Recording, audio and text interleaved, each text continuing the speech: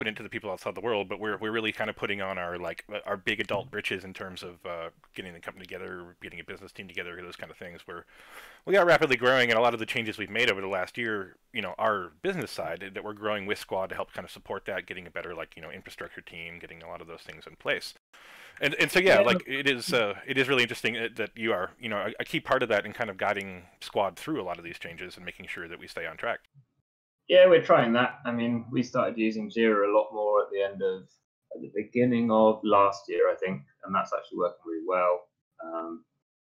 It's all really nerdy stuff, but once you actually get down to it, it's designed to help people, and it does actually help a lot. So like, let's say we want to do helicopters.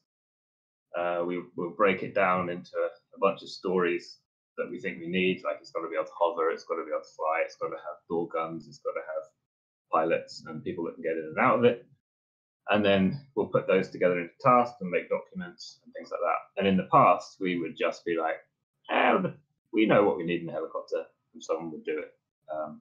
But and that works well up to a team of like 10, let's say, where everyone's talking all the time. Once you've got a team of 50,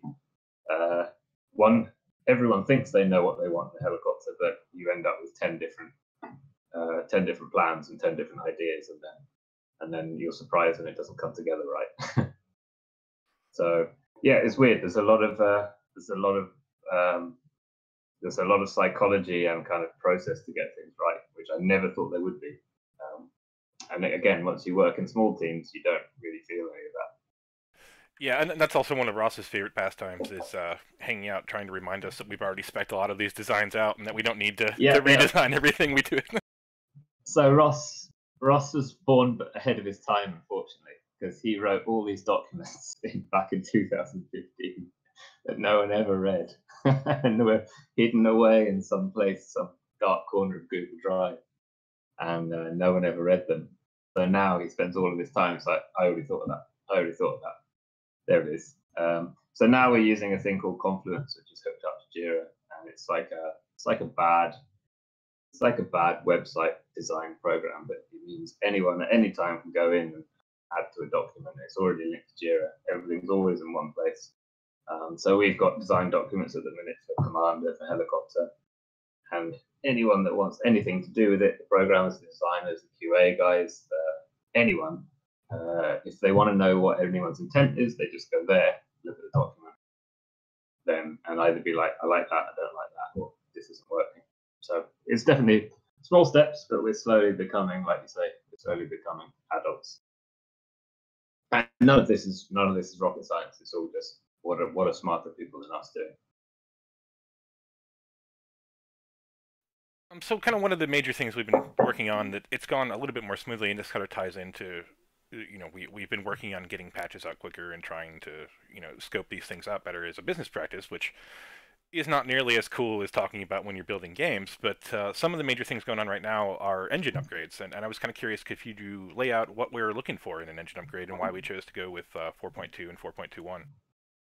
Okay. So last year we said we're not going to do any more updates for Squad, and at the time that was good. That was I really can't look at Twitch and talk at the same time. I see Gatsby just mouthing in the background, doing weird stuff from about 20 seconds ago. Right, going back to Discord. There we go. Yeah, we said we weren't going to do any more upgrades, and at that time, Epic was, I don't know why, doing a lot of very strange things with VR that didn't really benefit anyone. I don't know if you remember, they were doing loads of VR updates and like incredible VR updates, like 4.17, 4.18, even before that, like 4.11, 4.12, 11 and 12. They're like, there's no features we really want. So actually that worked really well for us, not upgrading. Like, we got a stable platform. But we could always just straight away work on features. So that was good. But there's more and more bugs. For instance, what can I think of? Some of the crashes that people are getting at the moment. We speak to Epic about it, and they're like, have you checked to see it's fixed? And you're like, oh, it's fixed in 4.17. And they're like, you know what to do? And we're like, okay. And then time goes on and on and on. And like the most recent stuff they've done since Fortnite got big, the stuff they've put in the newer engine versions is really, really, really good. like that stuff we want, the replication graph, optimizations to the landscape, a load of stuff, because now they're making a 100-player game. They're not messing about with VR. They're making a 100-player game, so it's directly relevant to us. So yeah, we've tried to put it off as long as possible, but basically the time's come to upgrade. And I can give everyone a kind of sit rep of where we are on it if you want. Yeah, it'd be awesome. Is that right? All right, cool. So 421's in. We had, of course, so every time you do an engine upgrade, a bunch of stuff breaks. So because they've changed so much since 416, you put it in, and suddenly I think we had voice over IP didn't work anymore. So we've had to redo bits of that because they've changed how they did it in the background. What else didn't work? Steam broke. What else? A bunch of stuff broke. But actually, in comparison to other upgrades we've done in the past, it hasn't been too bad, touch wood, at the moment. So we're waiting to test it now. It's in. We've got a problem with our code certification. Is that actually we forgot to upgrade it or to renew it. So we're waiting on a code certificate, which is coming, and then we should be able to test. From what we see at the moment, it's running pretty good. I can't tell you any more than that, like performance or anything else, because until there's 100 players, until we're testing properly, it's possible to tell. I get better FPS on my PC, but does anyone else? That's the question. Yeah. So that's where we're at. And then the plan is we've got some features that we've been developing. So we've got another. So that's 421, and that's probably going to go out as A13.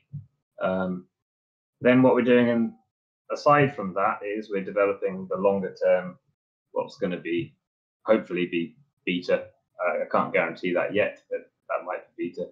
We're working on a bunch of features in the background, and some of those are actually done already, or very close to done and need testing. So we're going to chuck whatever's done, we'll put into 421 as well, or the A13 branch. So I don't know if I want to tell you everything about that yet, because you'll see it in the recap, which is coming shortly, right? Oh, we might touch on some of those questions here. I do want to jump on one here from it looks like Lori 7x3, and it kind of ties into the engine upgrade and stuff like too. But they want to know, how high is our priority list in loading times and overall performance? How high on the list are they? High, but we need to get. So that's part of the reason we are upgrading to 421. Is I think we'll get some benefits straight away from Epic. The first one I can think of is the landscape. The landscape the landscape system has been redone, so it merges draw calls in the distance now. So low people in particular should see some optimizations there. After that, loading times. I assume he's talking specifically to people on hard disks. Loading times got a lot better in A12. We'll continue to do those to try and optimize those. I would say the main focus of what we're trying to do now at the moment is client FPS. So that is like your GPU, your CPU on your PC. We want to make that faster, and then we want to make server FPS faster as well, because we're pushing for 100 players to start with. Certainly after this next release of beta, and actually through this release of beta, we're just going to be trying to generally optimize everything we can now to get the game running better. So loading times will be a part of that. And I think 421 is the first step of that. We want to put 421 out in its vanilla state without too many changes to start with, mainly just for a stable thing. So something we haven't messed with that much. Then after that, so once 421 goes out, we're going to be starting to use all that stuff to optimize. Loading times is a tricky one, because as we add more stuff, the loading times get longer. So we need to get smarter about what we are loading and not loading. So that will be something to work on. So hopefully that also answered East Poppy Farm Reaper's question about server performance. And it sounds like we talked about in the Next Phase article that performance and optimizations are kind of an ongoing effort. And on top of the engine updates, we're also going back and redoing maps and things like that to help with, it's a company-wide effort, and kind of the further we get along, the more we can dedicate to optimization. So server performance is a real bitch, because when you do anything, it gets worse. So as soon as you're ready to release, server performance has gone down, and you have to find out why and fix it. We are getting better at that. You have to use the profiler, the CPU profiler normally. So, for instance, what do we have in A12? Some of the new UI was slowing things down. Small changes to the soldier slow things down. The weird thing is, you only need to have a very small. You only need to have a very small regression because it's 80 players. You only need a tiny regression on each player, sending a bit more information about himself to everyone else, and suddenly you've tanked server performance. So, but interestingly, like we do actually, server performance is actually pretty okay at the moment. I would say it's probably about as good as it's been, or not far off. And now we've got 421. They've introduced this thing called the replication graph. I think my replication manager or replication graph, I forget which. And that is Epic's attempt to sort out. So every time you move, every time you fire, you'll send information to the server, and then it sends it to everyone that it thinks is relevant. So if there's a guy 4 kilometers away, maybe it won't send it. If there's a guy right next to it, it'll send loads of information. And then this replication manager is a way of Epic's way of trying to streamline that to make it much more efficient, but not have the player notice that we're not sending much data. So that's something we've got to play with. So we've now got the tools, hopefully, to really like improve server performance. We actually did a test just before Christmas. We did actually, and up to 90 players on decent server hardware is actually almost good. So, like I say, it could actually be a very small leap to get to 100 players, but we have to do it first. So is the replication graph something that's building on the origin rebasing, which is something we did in a couple patches ago to kind of help combat jitter? Or no, origin rebasing, as far as I know, is just client side. So it takes your world 0, and to the best of my ability, it takes your world 0 and calculates it to a spot closer to you. But it still sends to the server your actual position in the world. So that's just a client is only on your PC if it says you're in this spot, and that's to avoid just the jitter. Oh, cool. So that's kind of an example of like multi-pronged approaches to making sure the client and server are behaving a little bit more accurately. I would say, though, this is one of the things about being a producer is you have a little bit of knowledge about everything. So Norby and the programmers might be looking at this and being like, what a retard. Don't worry, that's my key role as community manager, to halfway understand everything and go back to the developers when I mess it up. So I can take the hit on that one. No, yeah, it's definitely part of my job. Yeah. So anyway, that's as I understand it for that. So origin rebasing really for us was about sorting out that scope jitter, which is pretty much gone now. Yeah, much better. And very grateful for that. Certainly, that it does in the future as well allow us to do, for instance, much bigger maps, because that jitter was only ever going to get worse as you got further away from the map origin. So, for instance, in theory, 8K maps in the future, blah blah blah. Maybe not Squad, but for other games, that might be a possibility. Yeah, and that's a couple important things. It's like a lot of this stuff is things we've been working on for a long time and trying to get all these together, but it's also part of what we call off-world core, which is kind of the technology that powers Squad and will hopefully power other games like post-scriptum and stuff in the future. So like when these things are being developed, they're being developed on a much larger scale. Like origin rebasing is also a good example of like we're going back to make sure we have maps that are large enough for helicopter support. So part of that is we're future-proofing a lot of things, and where they don't necessarily sound all that exciting, but when it means we're getting major gains and you can fly a helicopter without lag later, it's kind of one of the cool like culminations of the project to see that happen. Yeah, exactly. And at the moment, 8K maps would actually just be really pretty lame, to be honest, because actually one of the things we've noticed is even 4K maps a lot of the time are a bit too big at the moment. But added in helicopters, and suddenly that may not be a problem anymore. Yeah, what we might find is some of the maps suddenly become too small. Yeah, no, that's for sure. And one thing I've noticed more recently in kind of the mapper discussion is they are focusing a lot more on points of interest in maps and taking community feedback We're continuing to learn, we're continuing to revise maps, so keep your feedback coming about that kind of thing. We really do appreciate that. Discord, forums, any way you want to get it to us, keep it coming. No, on Fallujah, for instance, they're spending a lot more time now trying to not really tell a story, but have some kind of story as you move through the map, at least a visual story. So, for instance, a flag. If a flag, we want to have some kind of unique visual interest there. So, number one, it's easier to actually say where you are if you can say, oh, I'm at the watchtower, I'm at the mosque, I'm at the whatever. I'm at the crash site of the tank, the blown up tank. That's a lot easier than saying, I'm by the junction of this road and that corner. You know what I mean? And weirdly, and I think subconsciously, and I think other games do this a lot, particularly single player games, is that they actually feed you through the level with kind of markers and ways to go. Things like that. We're trying to do a bit more of that this time. And you should see Fallujah is very much at the design stage still, and you should see some of that coming up in the recap. Yep, I think it's probably not bad to say we've done some internal testing on bits and pieces of it too, and it really is coming along. Like it's. Yep, that's it. We're trying to, because the way we've done maps before is we basically work on them internally, and then they're like, ta-da, it's finished, and don't test that much. And so we're trying to change that now and actually playtest them a lot more. Even playtest just little bits of them and say, is that working? Is that not working? Make adjustments. Yeah, there's a question from the master going back a little bit, and since we are talking about the future of Squad and kind of future-proofing, they want to know, at what point do we consider Squad done? Done?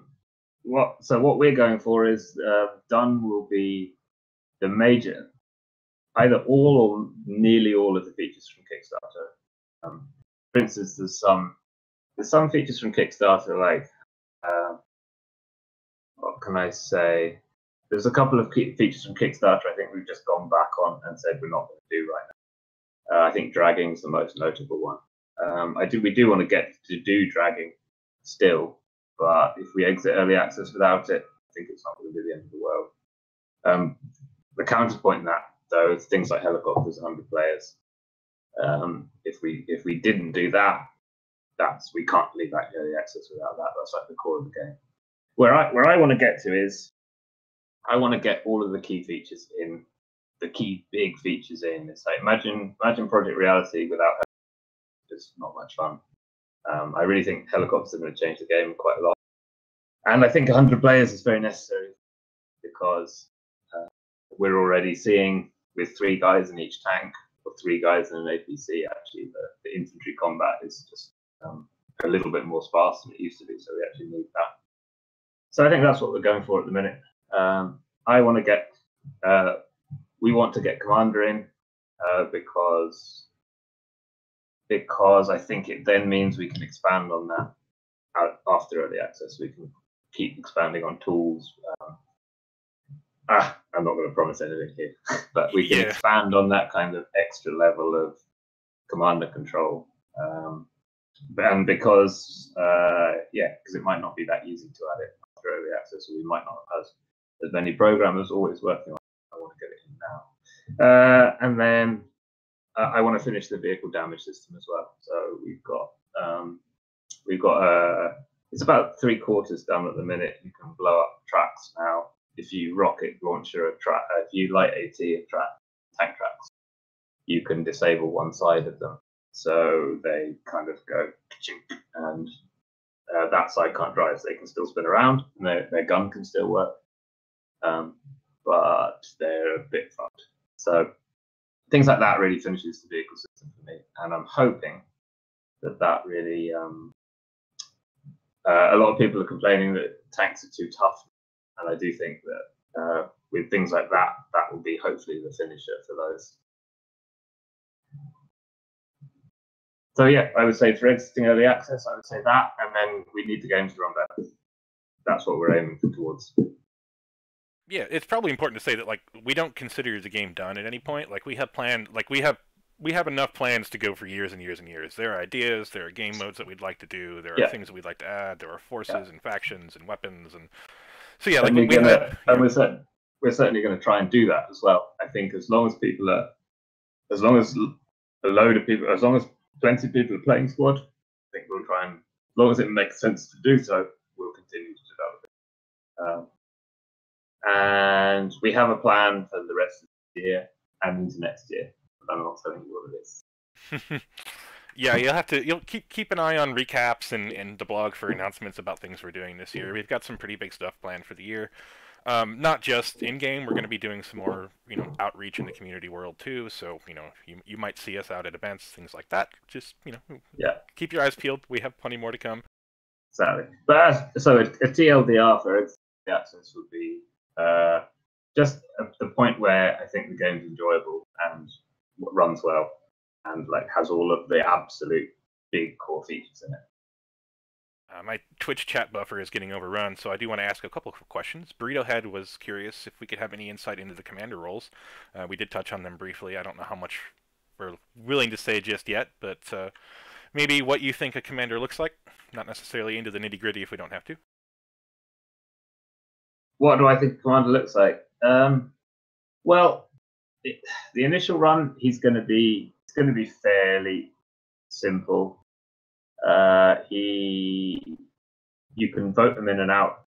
He can do various stuff. He's going to be on the map. He can issue orders. Your squad leaders can accept or deny orders, and he can give support to those guys as well. So he can do stuff. So I think we've seen already. We've got the jet runs, the attack runs, and there's the things you would imagine Commander to have. I'm not saying more than that yet. You'll see it in the recap. I think so. The concept of it for us is to get the basic framework in. We've actually got some more advanced ideas we want to do, particularly around the jets and the attack runs and squad leaders and how to make it a bit more interesting. But at the moment, we're putting the basic framework in. So actually, the commander is a little bit more complicated than you imagine. Because how do you vote? How do you get him in? How do you get him out? What if you don't like him? What if the squad leaders think he's terrible? How do you, all of that basic stuff has to be thought out, designed, and put in place. So there's going to be that. That will all get done. And then beyond the mechanics of him and how he issues orders and how you accept or reject them, then he's got a bunch of powers. And those powers we're going to hopefully expand on as we go. But there'll be, just a few basic ones now. I'm not going to tell you all of them. You will see them in the recap, though, but I'm not going to tell you. Yep, we do have some plans for the recap, and maybe sooner than later. We'll see. Yeah, we are working on right now. I think we have most of his powers we want to include for the first launch of him. Like he's some metal robot. And now, so Ren's done most of the prototype of what we want to do. So it works, but in a rough and not very smart way. And now it's going to programming to make it like run effectively over the network and be efficient, etc. So you'll definitely see some work in progresses of where the prototype's at. The recap. Kakapopo wants to know, where can I get squad gear? We're actually looking into some new vendors, so keep an eye out for some more squad gear in the near future here.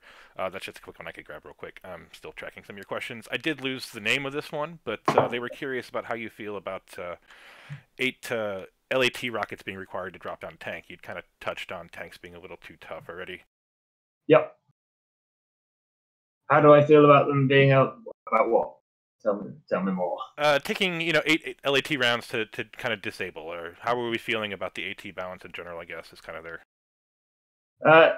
Not great, but in my mind, it's not quite finished yet. So, for instance, an LAT round shouldn't be able to destroy tanks, really. Or it should be.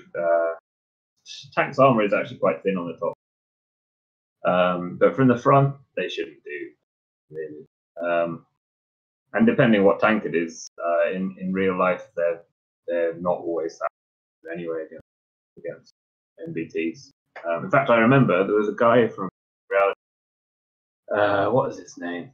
Undies and Craig. I don't know if this is like old school guys, but anyone that remembers. Undies and Craig, that was UK Force, both tank training commanders, Bovington. And we went down to visit them a bunch of times. We went down to record for Project Reality, which was way back.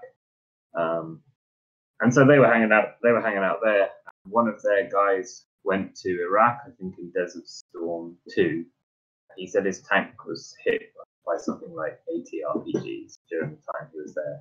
And they were all absolutely shitting it first because they'd never actually, I don't think they'd ever had, or I don't think there'd been that many RPGs fired at Challengers. They didn't know if it was going to work or not. So and then the first one hit, and they were like, "Holy shit! Thank God we survived!" And then more, and then more, and more, and none of them were going through at all. And by the end, they were just chilling inside drinking tea. Not that way. However, right, this is a game, and I think we have to balance things a bit. So, coming back to the point, I think it should take a lot to absolutely destroy tank. However, what we want to do is make them easier to disable. So, for instance, if you can take out their turret, you've kind of ability killed it already. They're stuck. They can't do anything. And then you can just pop away lats into them, and eventually they'll blow up. So that's what we want to have eventually. Even more so with like BTRs. If single hitting BTRs was cool, if you were the guy on the end of, you were the guy on the RPG, you were like, wait, 8 kills. But if you're the guys in the BTR, it's just a black screen back to main base. It's a bit lame. And actually, what we found in A11 is the vehicles. So what we'd like to have, and you're going to see, hopefully you're going to see this as the wheels are more vulnerable, especially on the BTR because they're huge, is that a lat hitting the wheels will disable the vehicle. It won't destroy it, but it can't move now. So all the guys in it are going to have the people in the gun and in the driver's seat are going to have to kill you and all your squad, and then get out and fix it, and then get back in and go and repair it. That's what we'd like to see. A bit more ambushing, disable the vehicle, and then you can take it out at will. But at the same time, you still have a story, people still have to firefight, and you actually have to work a bit to destroy it. So I think that might hopefully have answered Folly X's question about tires explosion making vehicles out of control and wheeled vehicles, as well as a lot of the AT questions. And yeah, it's important to remember that we've been kind of developing the component system alongside as part of the armor system, and we really do consider that as part of like, a really key component in balancing armor. Yeah, I mean they should be tough, but the thing I don't like, and the thing I don't want to see is the thing I didn't like about 11. I don't like tanks coming in close to infantry and kind of rampaging through them. Like, they should die then still. And what we found, the initial release of A12, I did see quite a lot of that. And that's something I'd like to get. I'd basically like to make them quite a bit more vulnerable if they're going to come. If they're going to come up close to you and start getting inside your defenses, that should be risky. And that's where lats on the engine, on the tracks. Because at the moment, OS, you can disable the engine and it will stop them, but it's quite hard to get around the back of some vehicles. But now with a lat, you can hit their wheels from the side, and then they're in. And as soon as they're stopped, they're disabled, and they can't move. Then they're kind of in trouble. That's what I'd like to see. That's certainly the intent, anyway. While we're on the topic, Petro de Palomo wants to know: Are we considering the javelin at all? No, the javelin we've got. The javelin. The problem is it's too powerful. We've got on the Op4 side, we've got a bunch of dumbfire rockets. Basically, they're powerful. And then on the other side, you've got the javelin, fire and forget, guided missile, top attack, single hit, thing. We're thinking about it. we're looking at it. We'd like to get it in. I'm not sure when and how it is. Yeah, I think I'd even heard that there was maybe some new tracking code that had appeared through Unreal that was interesting for that sort of thing. So it's, yeah, definitely still under investigation. It is a weapon I think we have modeled. I think you could find it in recaps even. Yeah, perhaps. One option is we could put it in as a kind of toe. So don't model the. You can still have it go up and then down on the top attack, but don't have the fire and forget bit modeled. That's one option. We're still thinking about it really. Yeah, but as we're getting towards the end of the game, we want to start not disrupting the balance as much as we have done till now. So things like adding the javelin, we've got to think about quite carefully. Yeah, and that's actually a good point. I mean, that's something that we see the effects of in the past is, at one point APCs were kind of the end-all be-all of armor in Squad, and we had intentionally buffed their armor and firepower to make them more like tanks. And then we added IFVs, so that kind of another thing. Then we added tanks, and so we're still seeing the consequences of people kind of using these vehicles. I don't want to say inappropriately, because you can use a vehicle how you need to use a vehicle, but like not as intended. And so like that does create some interesting issues with the meta as people are starting to adapt and the balance changes. It's very very disruptive to somebody that doesn't play through the patches or something. So like, yeah, that's something that we're definitely trying to work into the user experience, is kind of that more. Yeah, definitely. And I still don't think we've necessarily quite got the vehicle back quite yet, but we're going to keep working on it. Right, and like I said, a lot of that comes when we have all the systems in, the things that make the vehicles balanced. So, and we've got some major systems coming still with choppers and damage. You kind of touched on a new emplacement potentially with the idea of the javelin or using like that.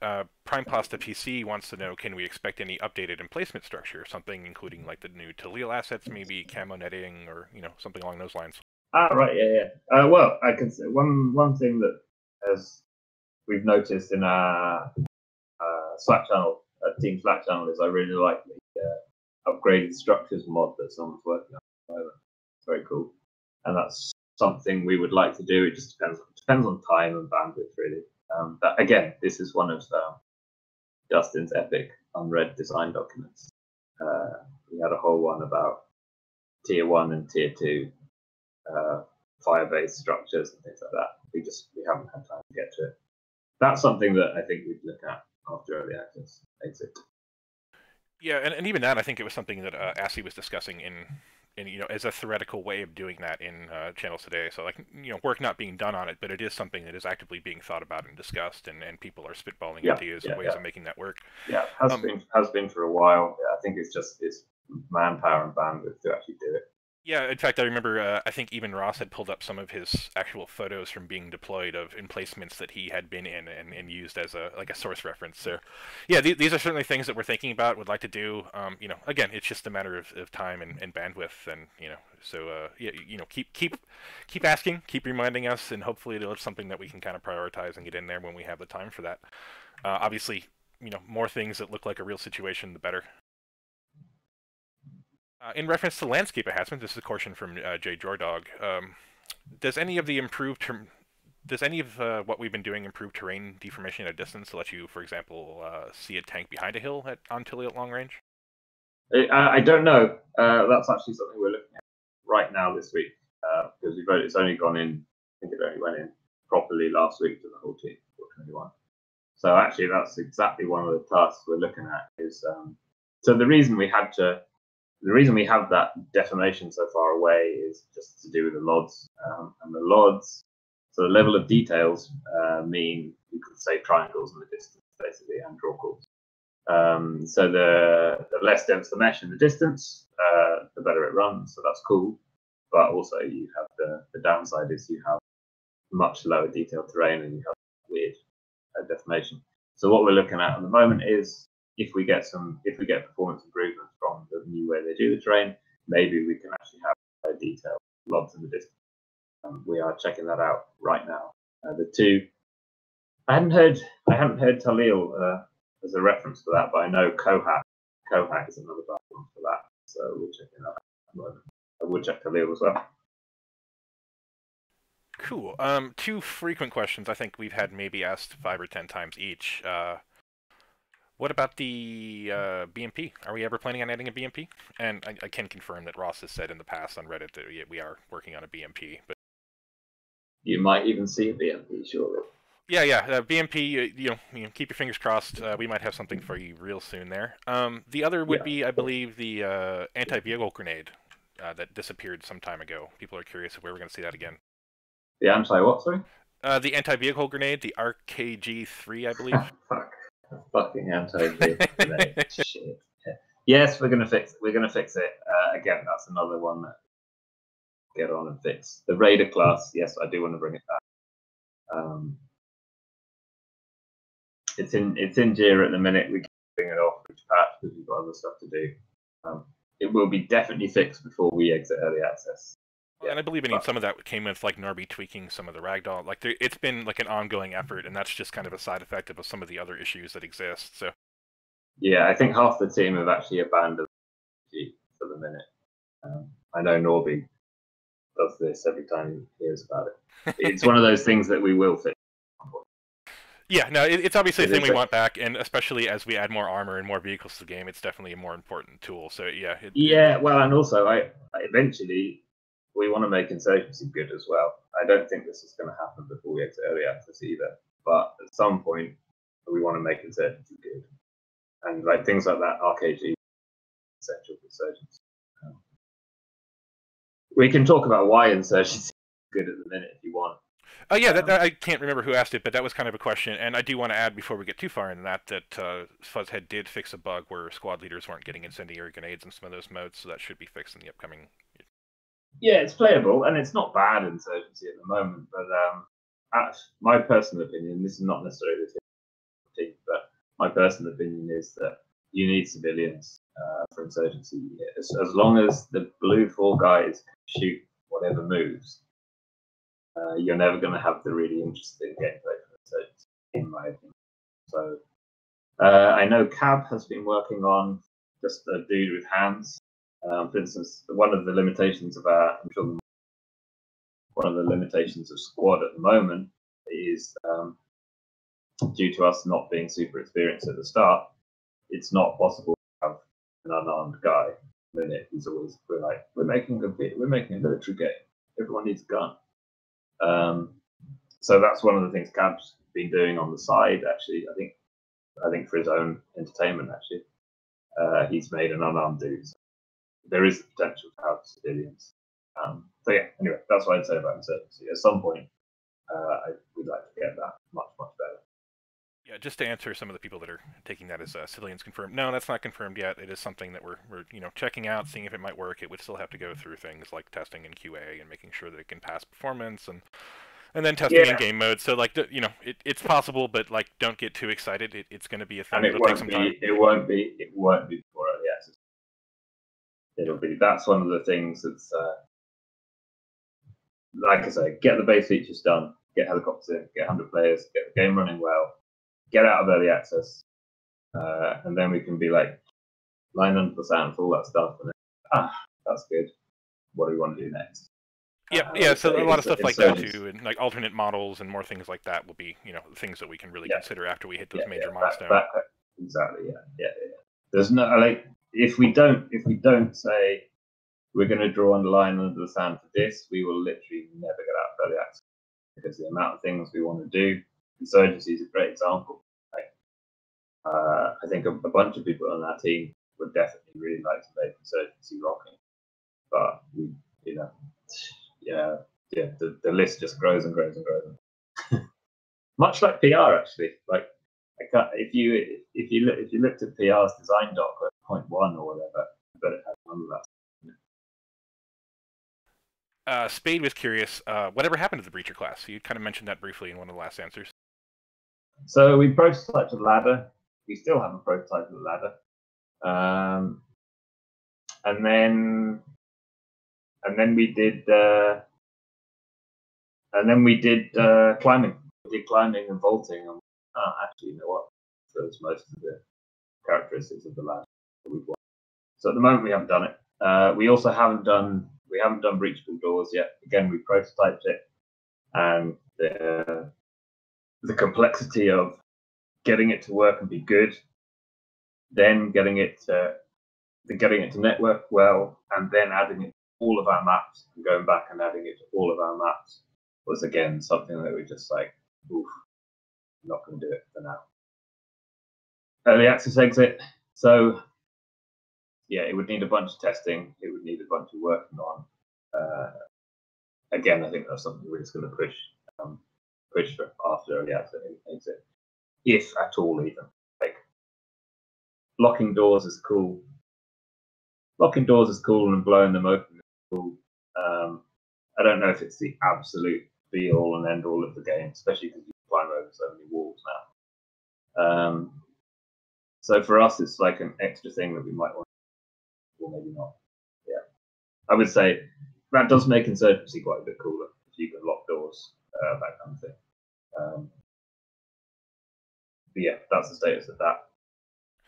Several people, including Merlin the dev, would like to know fast ropes when, and I can tell you with authority that 3 weeks. Just wait 3 weeks for those, big guy. That's it. Fast ropes is not in the plan at the minute. Once we have helicopters, we can think about fast ropes. What are you going to fast rope from? Yep, got to have something to attach the fast ropes to. Yeah. Otherwise, they are very, very fast ropes that end very, very poorly. Yeah, it's a falling rope. Yeah. Actually, I think at the modding community have already done fast. So yeah, we can just take them. People are curious, will Operation Flashpoint ever come back? I didn't make Operation Flashpoint, so I don't know. I think the plan for that is still... No, you're talking about something else. It's Operation First Light. Operation Flashpoint is a game. Oh, yeah, First Light, yeah. 1998. Yeah, sorry. 2001.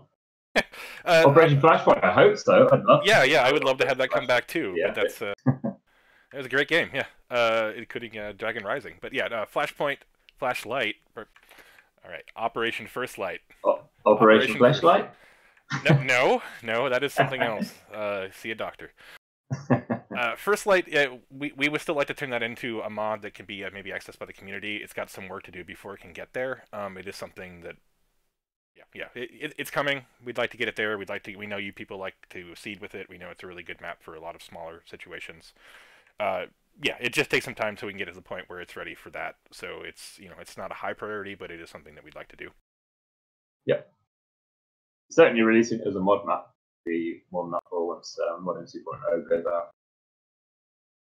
Desmo Locke would like to know, will a transport-only mode layer ever be added for people that enjoy larger maps but don't want to play with like MBTs and other things? Yeah, I don't see why not.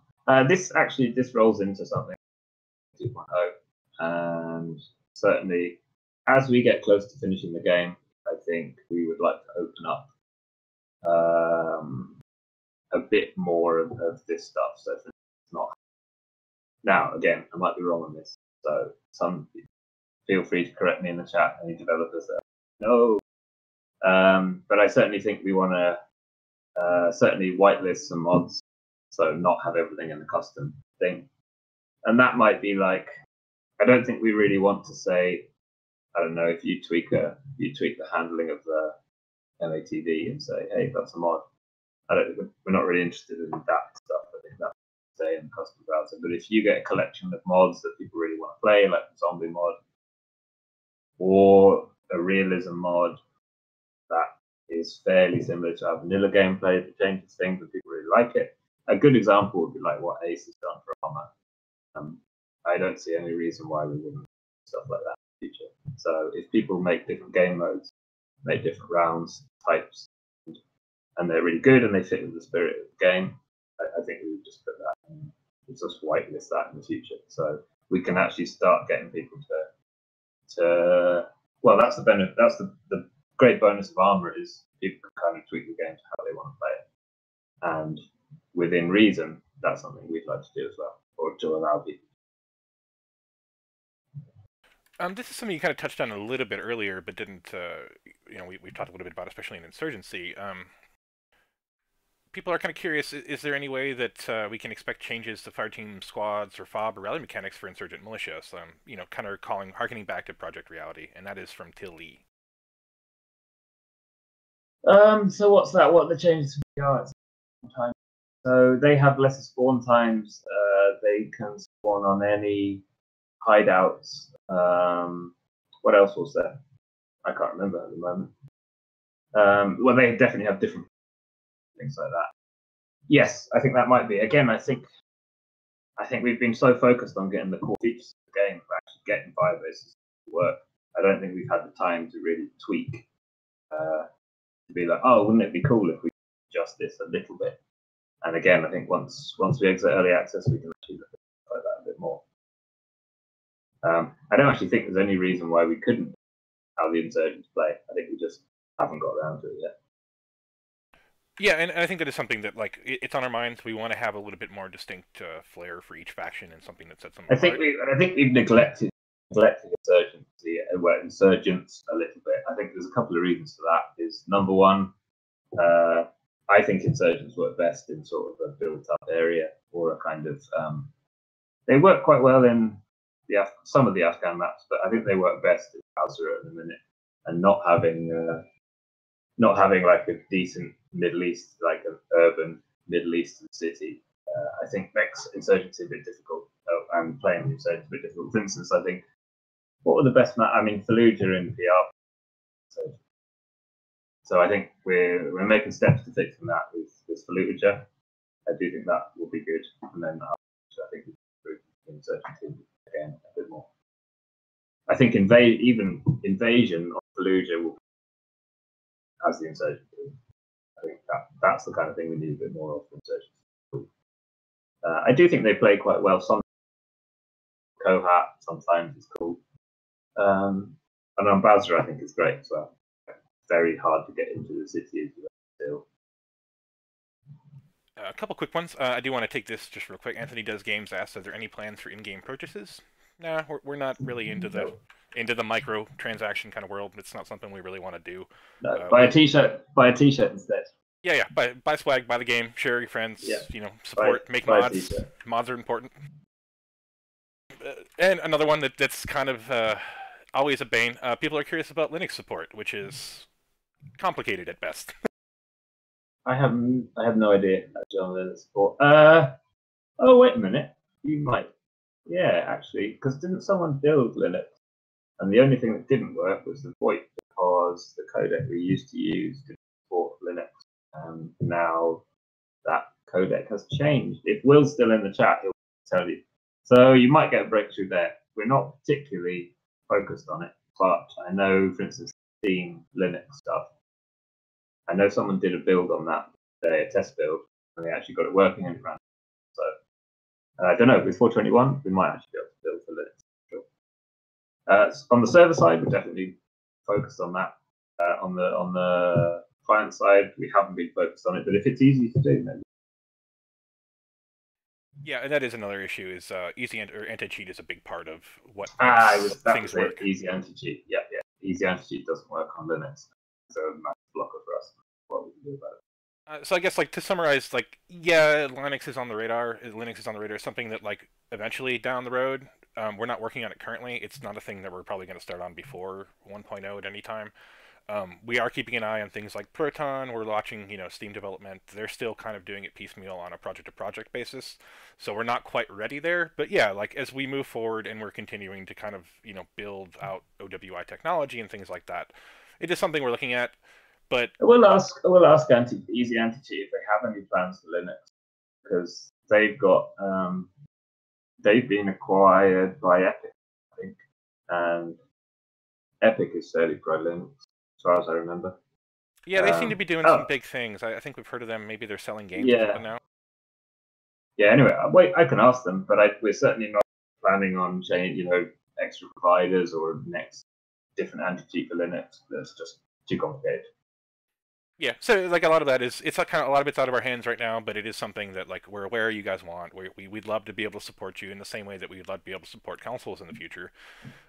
These are things that these are those plans that we have for years and years of squad support. These are the things that we'd like to do. So, keep asking, keep in touch. And as time goes on, what you find is what was a problem, some upgrades or a bit of time, and you're like, oh wait, do this. Never say never. Again, we just don't want to put a load of bandwidth in a minute. There's a question from Virus, of all people. Any design insight on returning abandoned vehicles to the main base? Currently, Logi trucks are very important and very vulnerable to ambushes, and it's a huge pain to get back. Go and ask in Slack, Virus. No, I'm not having that conversation. Yeah, for anybody listening along, Virus is taking advantage of his privileged status as an OWI employee to kind of razz our. we're trying to talk about just that issue of how to get vehicles back to lane, how not to get them to the field, kind of thing. But we don't have a good answer yet. And we're also thinking about options for riding and towing vehicles. We haven't committed to anything yet, but it is on the minds of the designers. We know that's a big issue for a lot of people. And like I said, some of that, I mean, if you've read my post, you know that some of that we're trying to address through maps and physics and trying to make, you know, the gearbox work a little bit better. But we're working on it. Hang in there. Flipping them, yeah, that kind Dr. Hacks would really, really, really like to know if we ever plan on adding a coaxial to keybinds. You just cut out there. What are you saying? Dr. Hacks would like to know if we ever have the plans to add coaxial to key bindings. I'm assuming coaxial machine guns on vehicles. That's actually really difficult to do at the minute for us. It seems ridiculous, but it's actually very difficult for us to have multiple weapons on the left and right click at the minute. We did look into it, something we want as well. I think we might be able to have this solution at all. It's the way our inventory is designed. Yeah. So in the short term, no, but long term, maybe. Cool. Is there any chance that we might see something like Gary come back from PR? Gary? Yeah. Yeah, vehicle-bound IDs and stuff. I'd love to have Gary, but I don't know when. We have no. Oh, actually, yeah. Maybe. This kind of goes along pretty well with Gary, and it's another one of those long-term questions. But destructible environments, will they ever be possible? That's the question from the Lazy Gator. No, not for this game. Again, it's too much. So at the moment, I don't know how any of you have seen the Fortnite stuff. The technology and time and thought that they've put into their destructible system is mind-blowing. So we're actually trying to join more bits of the environment together at the minute, because that's how you get better performance.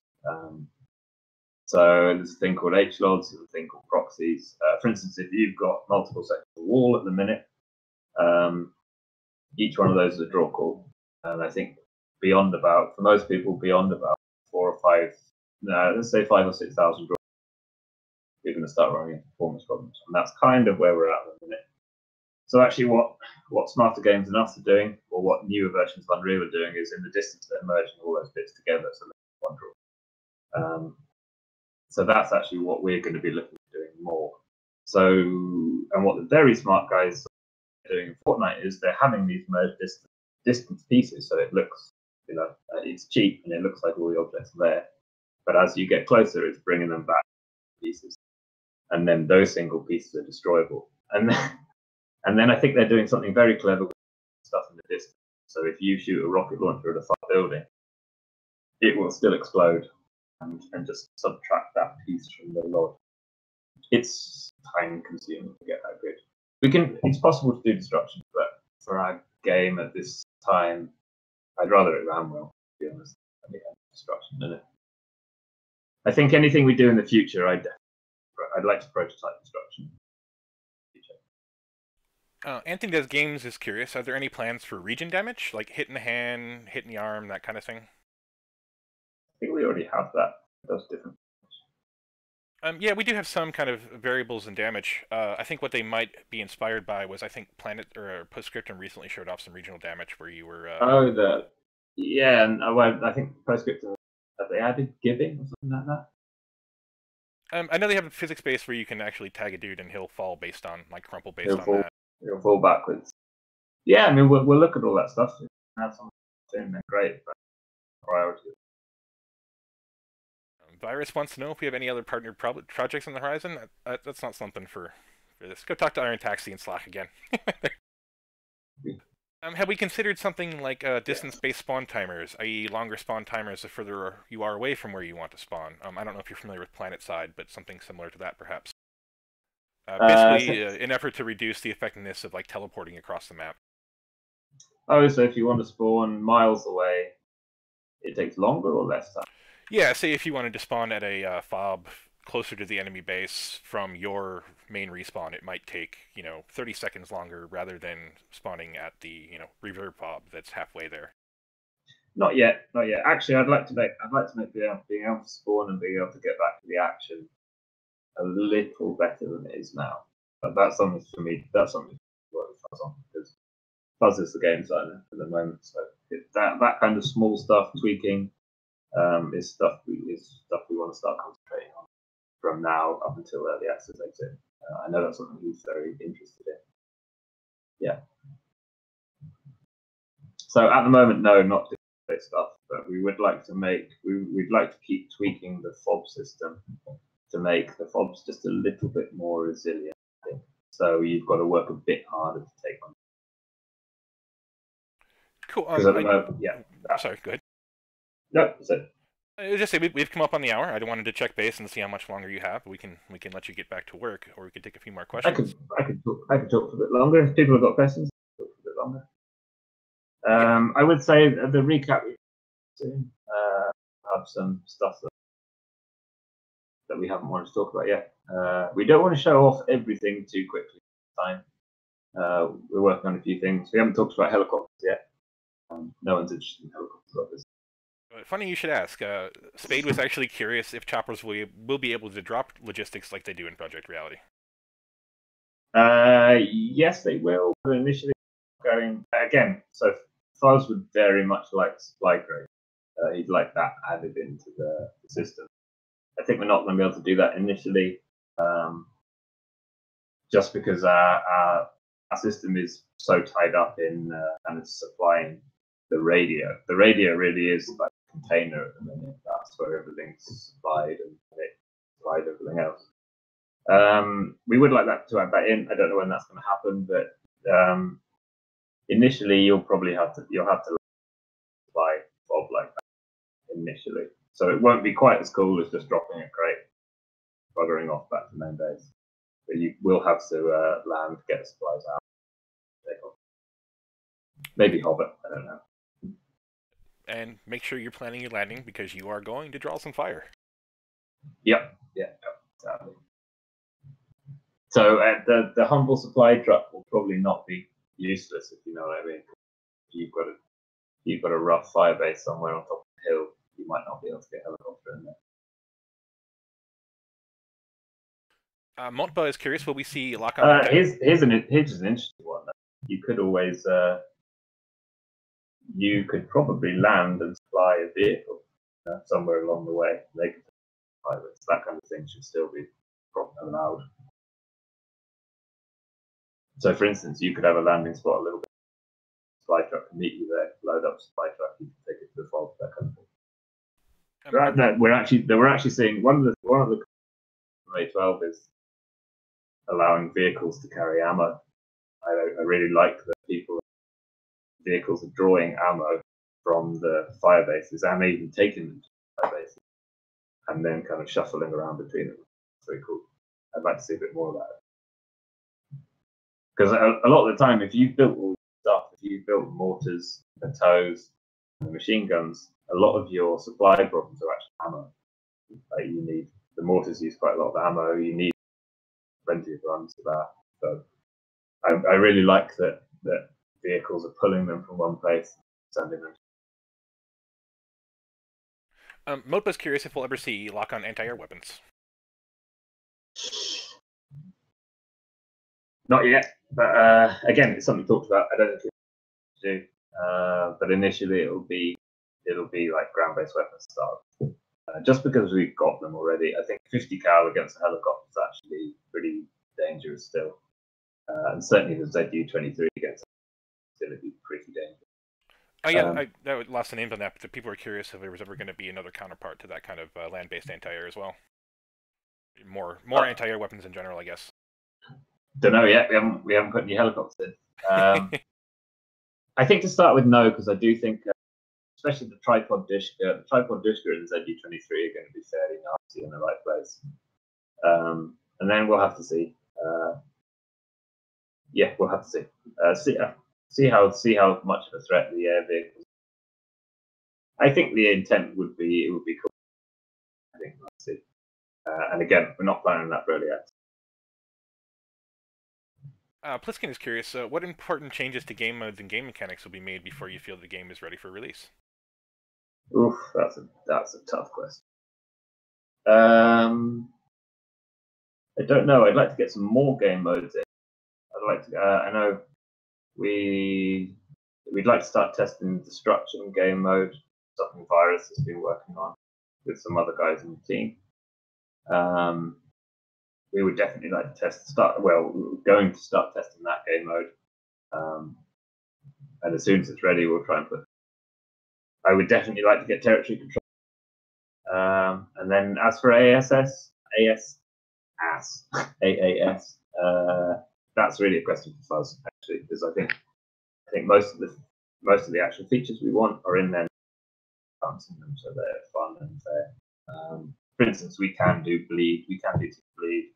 We're not at the minute. Maybe that's something a bit more, but I don't know if we necessarily need more features. The only one I possibly think of would be so you can't see what the enemy team's come in until what do you call it, fog of war on that. But I don't think that's going to make or break AAS. I think we just need to balance it more. Yeah, I think Fog of War is still planned for randomized AAS, and it's kind of part of the components of what we're building for territory control. So those are some of the things that should still be in the pipeline. I know Ross is pushing strongly to get territory controlling because I think it's all done except it's something yeah. So yeah, I mean that's really Ren's brainchild along with Dustin. Ren at the moment is working on Commander, so he can only be in so many places at once. But I think that's definitely something we want to carry on to get. Yeah, for those of you listening along, Ren is one of our UX developers that's responsible for the user interface overhaul, and he's working on a lot of the new components that will make the new toys function in game. So he's done like the yeah, he's also in Troopers. He's a pretty creative dude, so yeah, he's got more plans than he has time for. Yeah, that is one thing I meant to mention earlier. He talked about how everybody's kind of come from a volunteer or a developer modding background, and like people are still working on their mods and their fun games and stuff in their spare time. It's people are, they work on Squad all day and then they go home and work on Squad for fun. So it really is kind of a that's where we see stuff like Squad Z and Troopers come out of, and it's really amazing to see how talented these folks are and just their boundless enthusiasm. Like Carbon the no weapon hands, or setting the thing up for that. That's just no one's asked him to do that at the same time because it's cool. So yeah, it's a good example of that. So yeah, I mean, in short, to that answer to that question, just like first of all, I'd like to get more game modes in the game. We don't have breadth of game modes, and then I think Fuzz is the guy to ask about balancing AAS more, because I know he's got fans and a better understanding than I do. Yeah, and this segues well into that, and it might be still a question for Fuzz, but Kapaka89 was curious, how can the game be made more dynamic to avoid the metas that exist? The rush meta exists on RAS as well as essentially, like, it's something that's still around. Is there something that we're thinking about to kind of, change the meta up a little bit, get people to play a little bit more combined arms? What's an example of a game with really like no meta? Because I think it's extremely difficult to have a multiplayer game that you replay again and again and not. I guess maybe PlanetSide did a good job of it. Yeah, but they did it by literally changing the world around half the time, so it was just kind of a random. You would rotate through the islands and it wouldn't really change. It just you just had the new meta for that week. Yeah. No, I mean I think you need some changes way. So I mean, random AAS do that. We had more layers. People didn't know the layers so well. With the fog of war would definitely help us. But to be honest, I'm just speculating. I think it's very difficult to game with no meta. My best guess would be randomized AAS with fog of war, so you don't know or something like territory control, where the possibilities, the roll of the dice possibilities of what each team could do each game are so great that alone becomes. I guess chess is a great example. Like chess is a game that has very little meta because you can do so many different things. But even that has meta. Yeah, absolutely. And I think we want to get to the place where, there's always going to be various strategies. There's always going to be tactics, and I think if we can get to the place in Squad where you can kind of choose your way around them. Yeah, they might rush, but if you still have the equipment to get, a fob up with a helicopter, the other way, these are the way Squad should play out. You can adjust the tactics and work around it, and we hope to. I think we can get there. Like that is a thing that implementing strategies on the fly. I guess also some more commander tools. You can have a guy out scouting what the enemy is doing way before or if there's going to be a guy potentially watching your rush, that will counter it. Will be able to counter it. We've never had that good recon tool before, so as we had commander, we're going to have capability. But yeah, I mean, certainly, I'm quite hopeful for destruction. Yeah, that could be an interesting game mode. Quite simple, but it could be quite good to play. Yeah, hopefully it should be quite versatile. And I'm quite analog driving when. People are curious. Analog driving when? Yeah. I'd love to do analog driving. I don't know. I don't know if it's steering wheel. Maybe they do. I haven't looked at it. I know Norby has said that the gearbox simulation right now is very complex because we had gone back to kind of make sure it was respecting some of the RPM thresholds, which was causing a lot of the issues on Kohat where logistics trucks couldn't go up. That's it, yeah. So it is being simulated. It is a thing we can kind of continue to poke at. It is a complex thing. So are they talking about analog shifting? Yeah. They want gear shifting and a manual gearbox. We're probably not going to do it. Maybe. Let's see. Again, I'd say that's a very polished feature, if anything. That's the kind of thing I'm trying to get across to everyone. I don't know if I'm doing a good job of it. I'm trying to get across that I really want to get the big thing. What made Battlefield good? You didn't always have that. Get that in first. Get the very big parts of the game in first.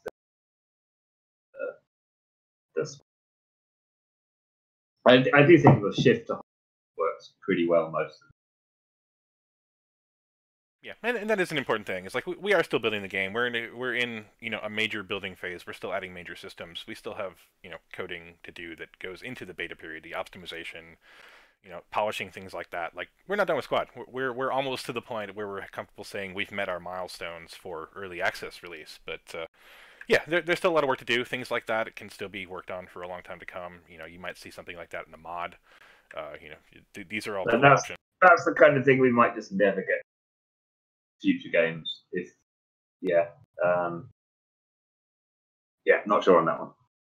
Yeah. I tell you one interesting thing that I never requested for and is mega requested for is kit customization, like being able to add different scopes.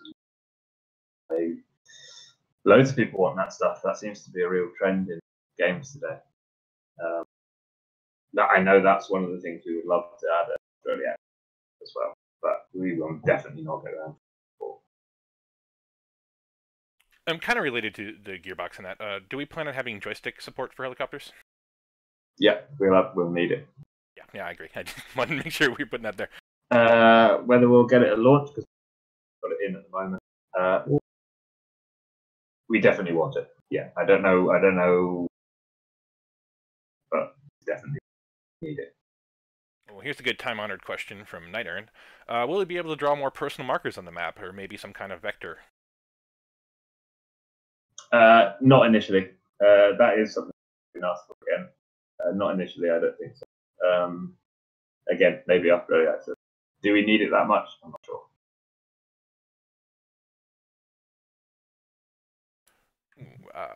Kapaka89 is curious. Are we going to be able to rearm certain weapons from ammo bags? Will there be customization for your kit?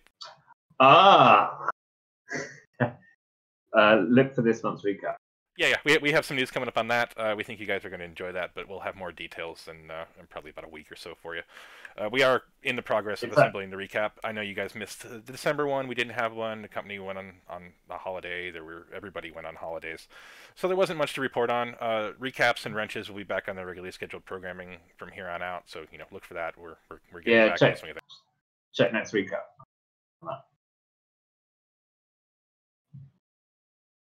Checking over my bank of questions here. Oh, Ahmed wants to know: Will using enemy vehicles ever be a thing? Nope, don't think so. Alas and alack. Lori 7x3. The lack of a good squad leader is always a problem. Do we have any intentions of making the squad leader role more fun and more attractive?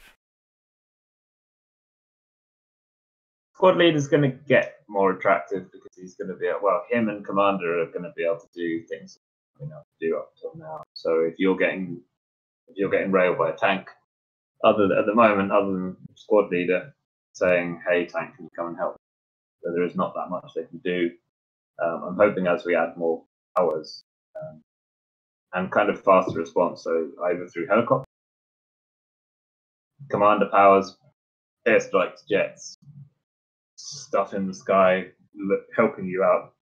I'm hoping the squad leader's role becomes a bit more a bit more connected and a bit more useful. Actually, he actually has a bit more power, a bit more capability. For instance, if the commander can be, I don't want to say too much. How do I say this without saying? He should have more help. Is what I'm saying. If with the commander role, and squad leader on the ground have quite a bit more help than before. I don't know if his role will become any easier, but he should have a lot more help. Yeah, and that's some of the things that we're thinking about. Like you've noticed the addition of the command map on Caps Lock. That's to kind of help interact with some of the future features that are coming and make things a little bit more strategically oriented on that rather than just your normal map. Fire teams were kind of a stopgap to kind of help take some of the load off squad leaders. We know there are some problems there, and there's some features that we got to look at a little bit harder. But the idea is to kind of help offload some of the logistics of running a squad to make that a little less stressful. And if he's like, I don't know, if he's short on supplies here or he needs a vehicle, I'm hoping that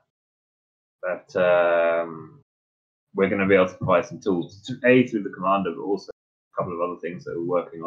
Probably not for the next release or the release after. But we've got a few things that we're trying to do to make coordination between the teams, particularly how you get picked up, how you basically get people to help you. Because at the moment, if you want to pick up from a guy, you've got to find out what squad he's in, find out who his squad leader is, talk to that squad leader, hope he replies to you, and then maybe they'll come and send something to you. At least with commander, you can say, "Hey, commander," you can then figure out who to send. I think with helicopters, we'll see more lifts being given as well. They're a lot quicker. So yeah, that's something we are looking at: how to make squad leaders work a bit better together, and also just make the job a bit easier. So that hopefully will get more people to do it. Cool. And we have maybe just the ability to call in, calling in A10s pretty cool. I'm not sure who to. Here's a question: squad leader calls in an A10 commander, and that shreds a BTR full of puny humans. Who gets the kills, squad leader or the commander? That might make. Anyway, there's a question. Well, a follow-up to that is, I think it was Night Aaron, and I might have that wrong. I'll double check.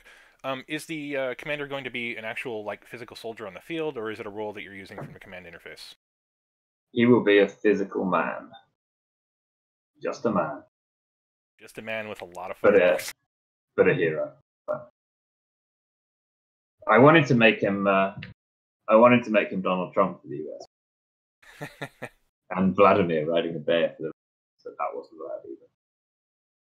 Maybe in the next game you can have your maybe bear riding was not modeled yet. Maybe the next game is Vlad on a bear. I'm not saying no. I'm saying that it's an avenue that has not been explored in the modern warfare environment yet. Bear cavalry is a long-standing tradition, so. Right. Armin Studios is curious. Is there anything regarding ragdolls? I believe it was mentioned that there's a new Yeah, system for that. I'd yeah. love to see what ragdoll cartwheels and blowing someone up. So ragdolls broke. Ragdolls broke badly in You're breaking up a did little not bit. go. Oh, sorry. Yeah. Ragdolls broke badly in 421. So that's something we've fixed. We've got a guy who's working, Francisco as well. He's actually, we're not trying to improve the ragdoll necessarily. We're trying to make it not be shit. Not like, so when you go to revive, they are actually where they say they are. They don't respawn on top of the roof. They actually respawn where they're supposed to. Right? So we're trying to improve that first and foremost. Then if we get some, I know Chuck's got some ideas on the actual animation side of it to make it a bit better. I don't know how far we'll get with that. So first of all, we're trying to improve the functionality of the ragdoll. Then we're going to try to do it better.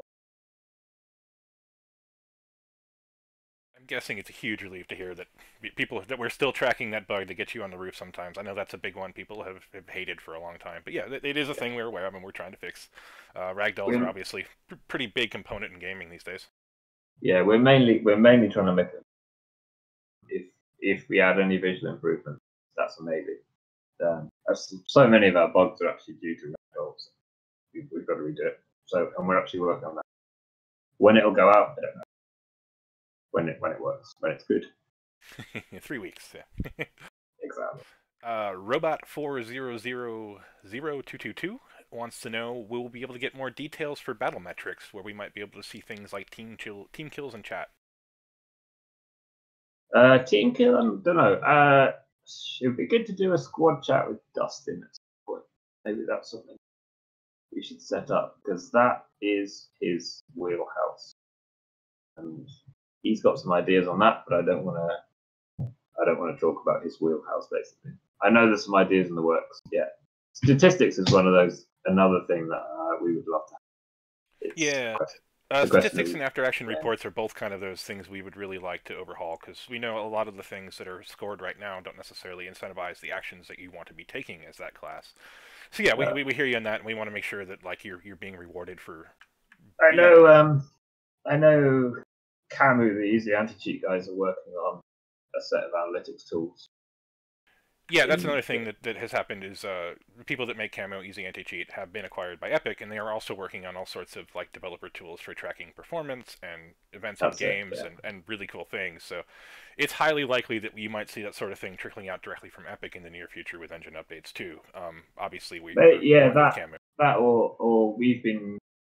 have a pretty good relationship with Easy Anti-Cheat, so we're hopefully going to beta test their stuff as soon as it's ready. And the cool thing is actually everything's hooked up. All the things, I think, things like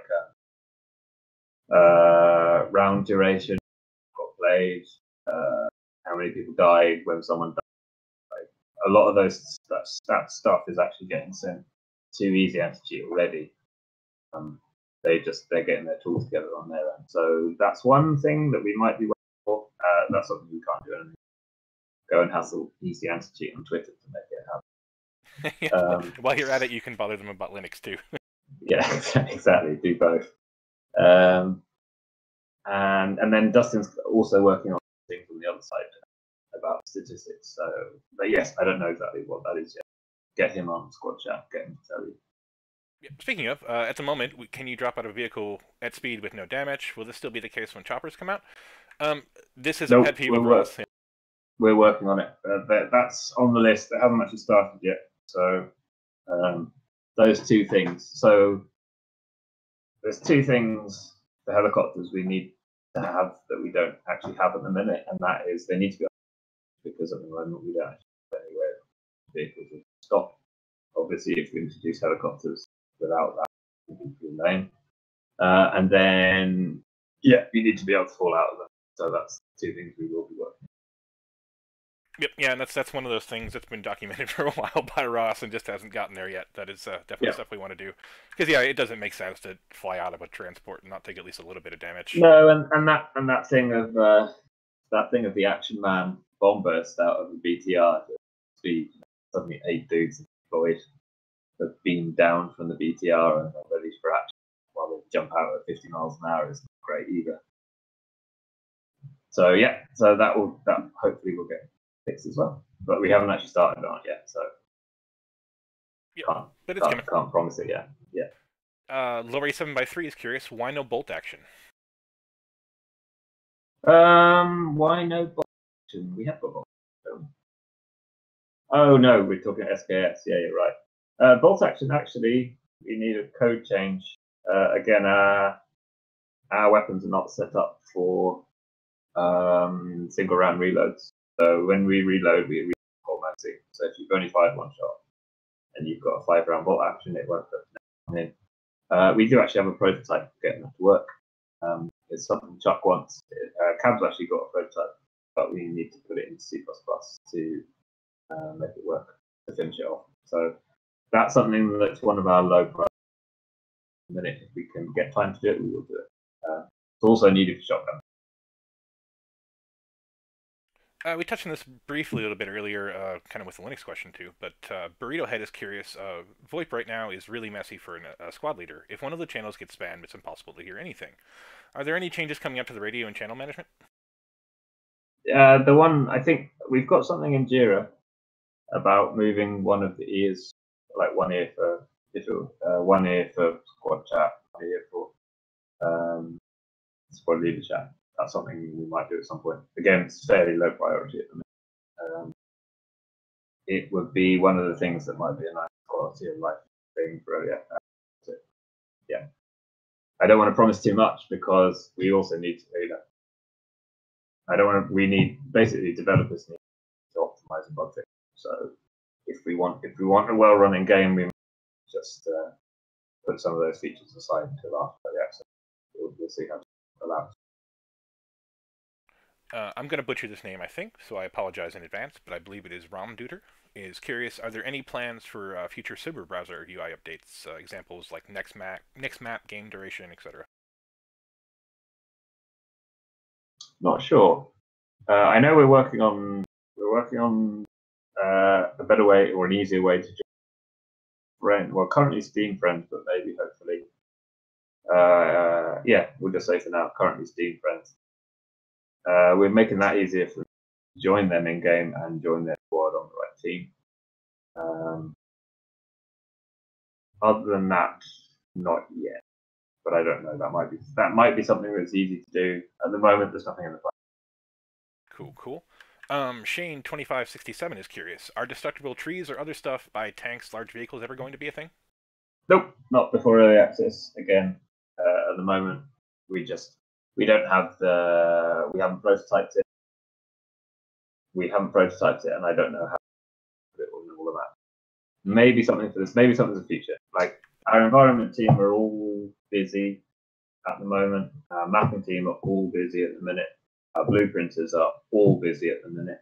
Ren, the things we've just talked about today, Ren has got Commander, Steam Friends, Territory Control. He has no time.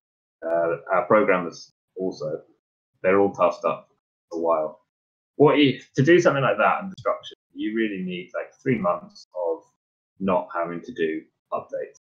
This is actually one of the big shitty things about early access is you are always working deadline.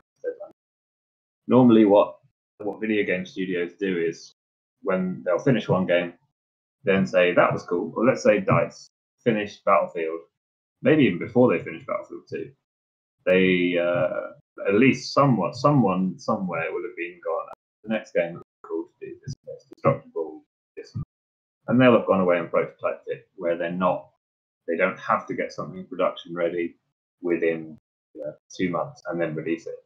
They can go away, try it out, fail a bunch of times, and then eventually they'll get a good system. Once you're already having, if you're in a cycle of always releasing stuff, it's very hard to prototype on the side and then include it and make it run well. But I think we almost need a bit of time and space to prototype and have something work well. So yeah, that's what I'd say for that. Another great example of the things we have planned, like stuff we'd like to do once we have the time to do it. Yeah, it's very much. I would love to do it, but I don't see. Again, I think we need to get so much off our plate first before we can think about that. I do think there might have been some relief from the mapping department where they were looking at maybe making some textures passable by vehicles, but not by infantry or vice versa, to kind of give some more, like, take away some of the little annoyances and maybe Yeah, some of the trees, but not that's necessarily destruction. that's possible. We already have that. Like a lot of our small trees don't have collision, so you can actually drive through them. Yeah, and I think there was a bug recently where maybe one or two layers hadn't gotten the updated tree or something, or inherited the materials. So, Yeah, like, there should be yeah, some yeah. relief for that in the pipeline and bug fixes that are going to help there too. We know. But more or less we're the same as you guys. We're like, oh, I'd love to have. I mean, Norby all the time is like trees. Um, I would love to have those in, but I just don't know when we're going to get a chance to actually do them. Maybe it won't even be squad. Maybe it'll be for the future. I don't know. Maybe we can. Maybe if we can get that. This is another thing. Talk about Ubisoft. Talk about Battlefield. Talk about like Frostbite and multiple games. Once one studio has got that tech, it generally gets spread around all their studios. So if they've got a good solution to destructible this, destructible that, suddenly all their games have it. And we're not quite at that stage yet. We need to. Well, we haven't. We're not experienced. So yeah, maybe another project we can bring it back or something like that. Maybe we can prototype it when we have spare capacity and then bring it back to squad. Yep, and that's another thing. Like, mod experiments are happening. You know, people like the Squad BR folks are messing around with inventory, Yeah, and these are avenues that, like, yeah. because you're If doing someone it could with find an epic cheap way to do that, maybe Epic brings out a new update. And they're like, destructible, everything's so cheap now. Here's how you do it. I'm sure we'd look at it, but at the moment we don't. Cool. Asher 418 would like to know: are there any plans for some sort of firing from the vehicle mechanic being implemented, such as the helicopters, transport trucks, BTRs, being able to shoot from a vehicle? Helicopters we've planned door guns definitely. For the seats, not currently, but we'll see. Maybe it's really easy to do. I don't know. We've never actually. That's not. It's not something planned at the minute, but certainly like door gunners planned working. Yeah, there's no work on it, but I had literally had a discussion with Fuzzhead yesterday about ways that we might think about making, riding in a BTR a little bit more exciting, and things like being able to shoot out is one thing, maybe widen gun ports or different views to kind of make it a little bit less annoying to have to sit there and ride 5 minutes to the point. It would be a fucking disaster in the logistics truck because you're all facing each other. I can only see potential for team kills there, but yeah, like things like technicals and maybe BTRs, sure. To be honest, without stabilization in a moving vehicle, that would be very effective. But the windscreen gunner in the technicals in Battlefield 2 and PR, or is it just PR? They were cool. They were cool, and actually, I like the ones in Postscriptum too. The kind of Vickers gun on the front of the Jeeps. They're cool.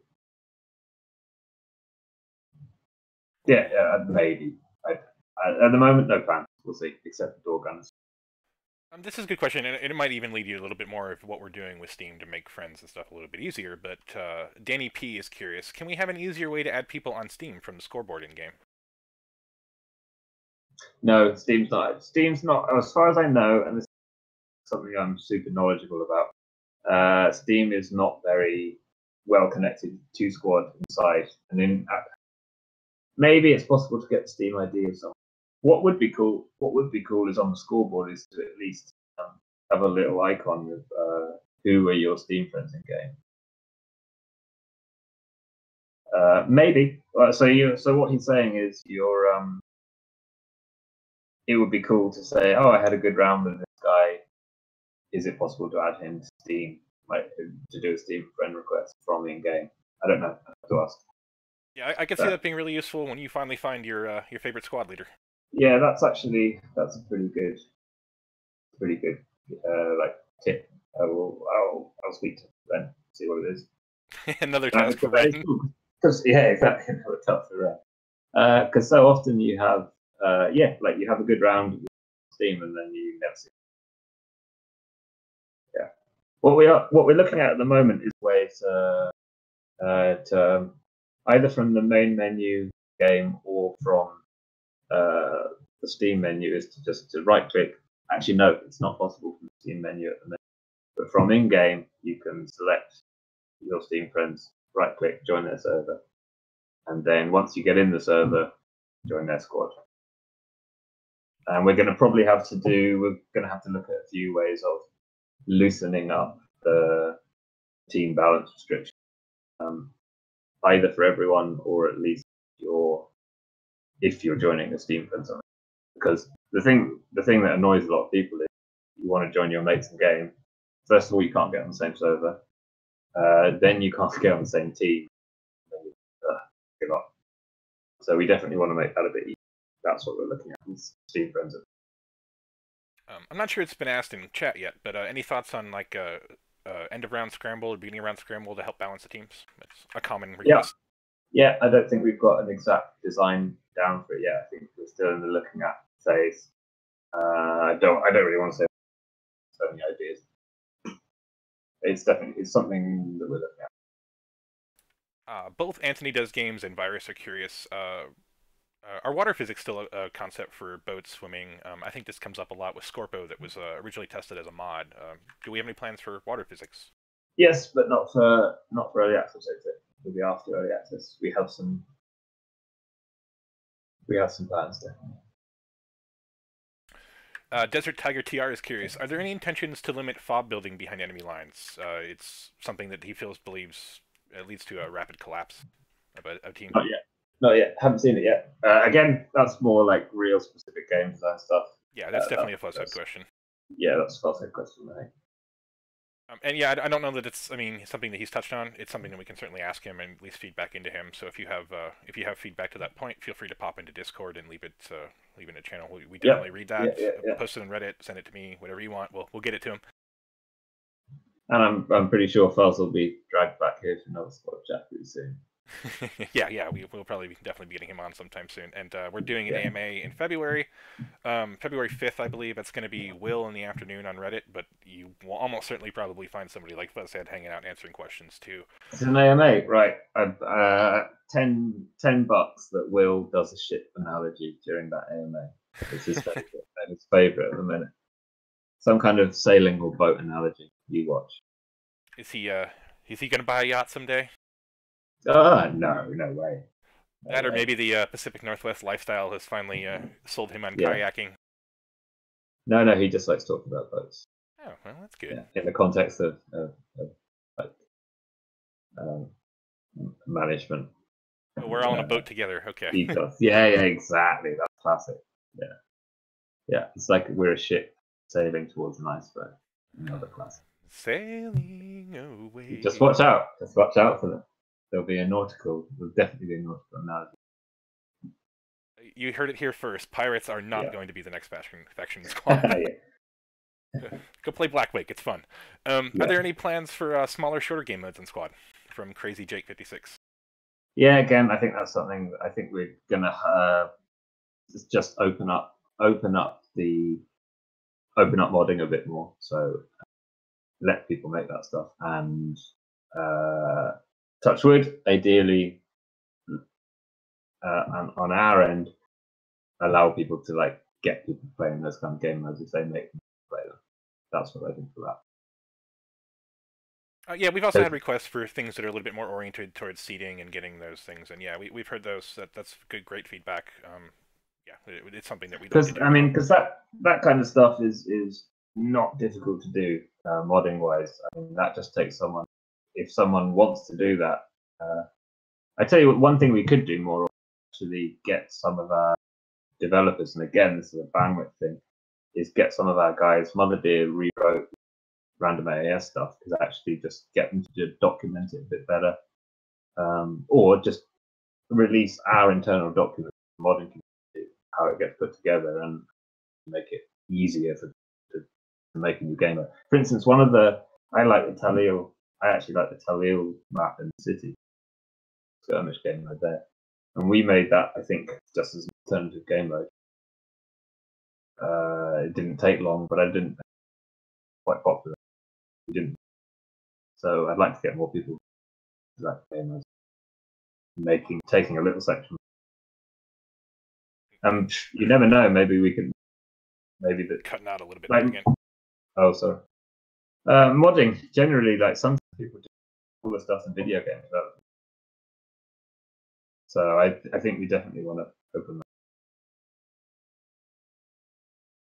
When are we planning on leaving early access? That's a question from Spade.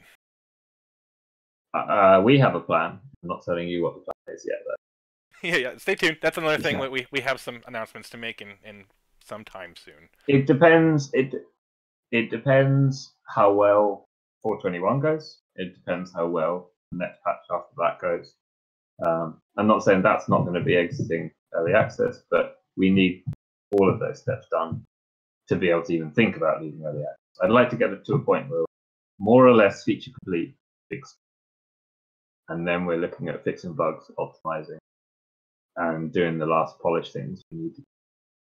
So until some of this big stuff happens, helicopter, 100 players, 421. By the time that's happened, then I think then we can probably date and say that's what we're going for. Like I say, we have an internal date that we're definitely telling anyone what it is. Yeah, dates are hard. We'll leave it at that. Herman Krieg is curious: is the medic system final as it is now? And I think the quick answer is no. We touched on dragging earlier. There are things like that we want to continue to. No, it's not final, but it might be final for early access. Yeah. Again, that's another thing that like we have plans for it, but we might not be able to get back to it before we finish helicopters and stuff like that. I'm trying to think if there's anything a plan for medics. There might be stuff. There might be stuff that I can't remember.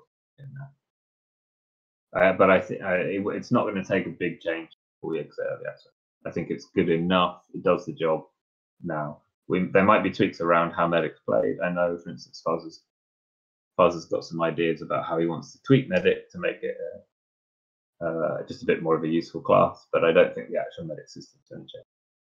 Yeah, and there are things around that too that like maybe being able to see more on the map when you're dead, or it just as things to do when you're dead also kind of help with that, where you're not just staring at a screen or something. Yeah, but I'd say that's like tweaks rather than the system changing alone. And yeah, and tweaks like bandages, different people getting different things, different sort of rearming situations, stuff like that. Like some things that are going to help with that are not directly changing to the medic system, or probably should alleviate some of the stress points there. But yeah, it's a system that will probably continue to evolve, just like most systems. It's just a matter of time and place. Yep. I lost the person who asked the question, but they're curious. Are we going to address like things like low shadows, forcing shadows on? Oh yes, yeah. That's definitely something we're looking at. So to give you an example of the problem, DS Shadows is good. DS Shadows cost I think around 512 megs of VRAM if you want them on. So the A12, I don't know if people remember the Texas streaming issues with A12 for low end users.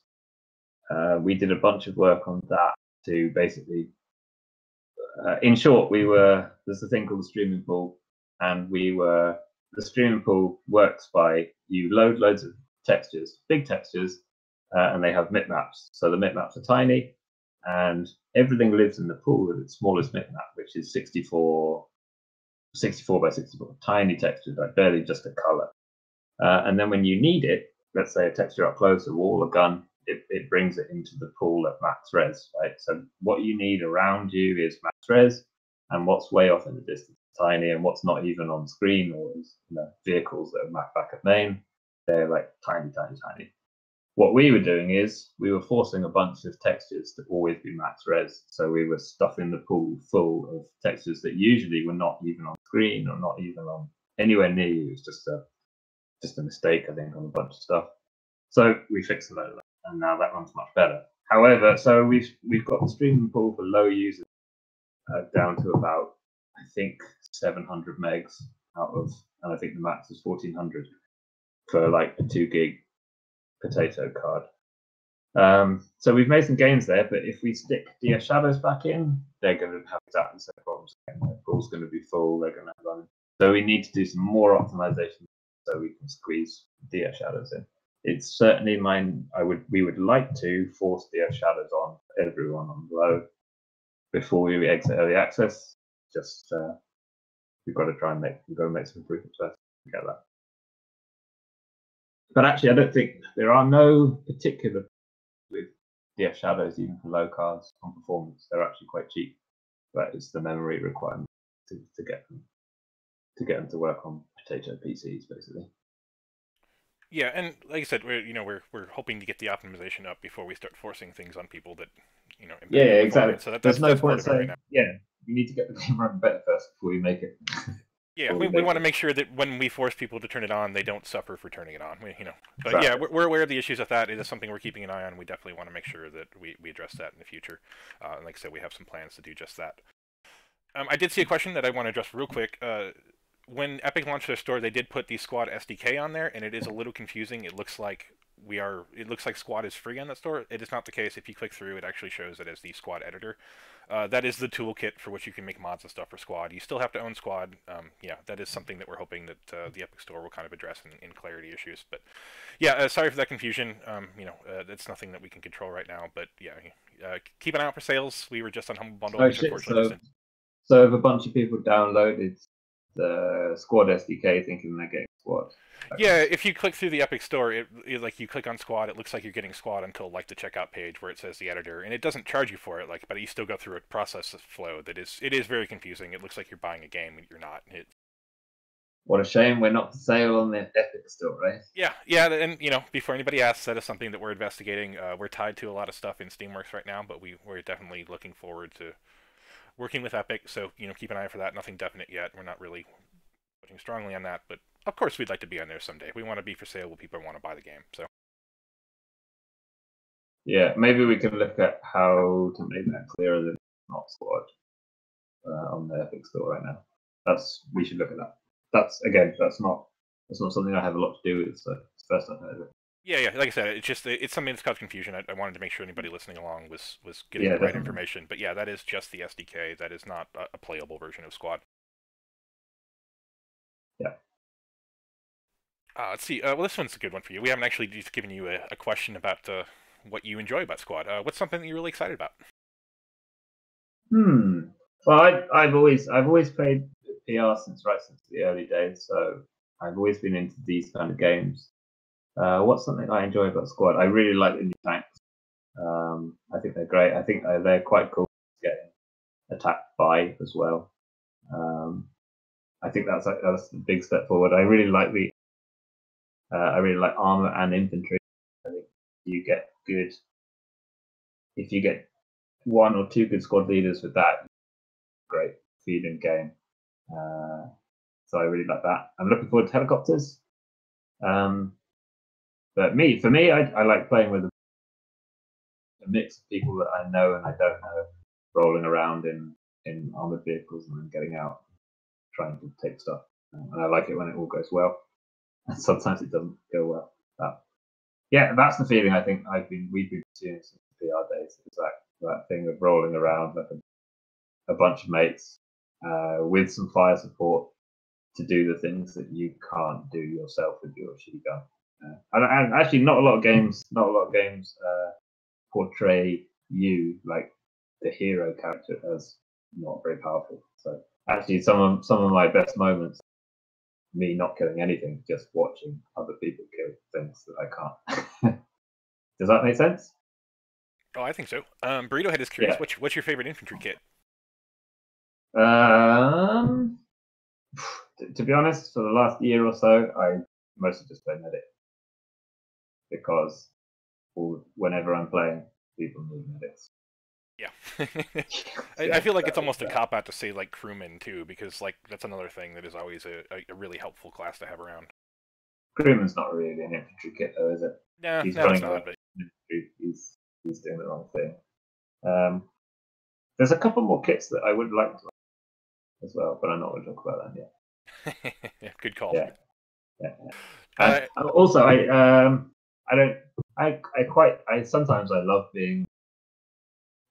course, everyone loves being insurgent scout as well, loading up a bunch of suicide. What are your thoughts on thermal optics, mostly? I actually don't think we need. We were looking at it earlier. we were looking at it earlier this year, and actually tanks are already powerful enough. I don't think we need them for now, and I think it might risk making it tool. And I do want to keep. I think the consensus at the moment amongst the designers, and certainly me as well, in my opinion, I want to keep infantry the core of the game, and have the vehicles as support for it. They make the infantry stories cooler.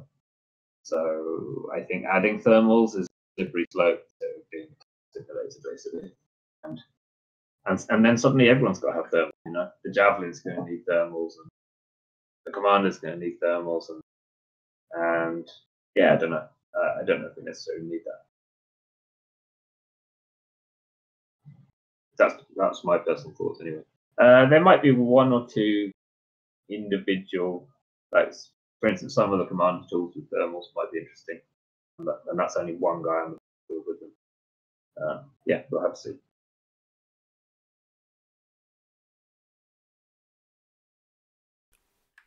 Will physical crates come with helos, or is it always going to be just kind of the invisible? Not initially. I know Fuzz wants them. I don't know when we'll get to them, or if we'll get to them. I know I know Fuzz wants them. They probably won't go out. They won't go out, please. Haxie is curious. Do we have any plans for a topographical map? We've prototyped it a bunch. That would be. Fuzz wants to do them. I would love to do them.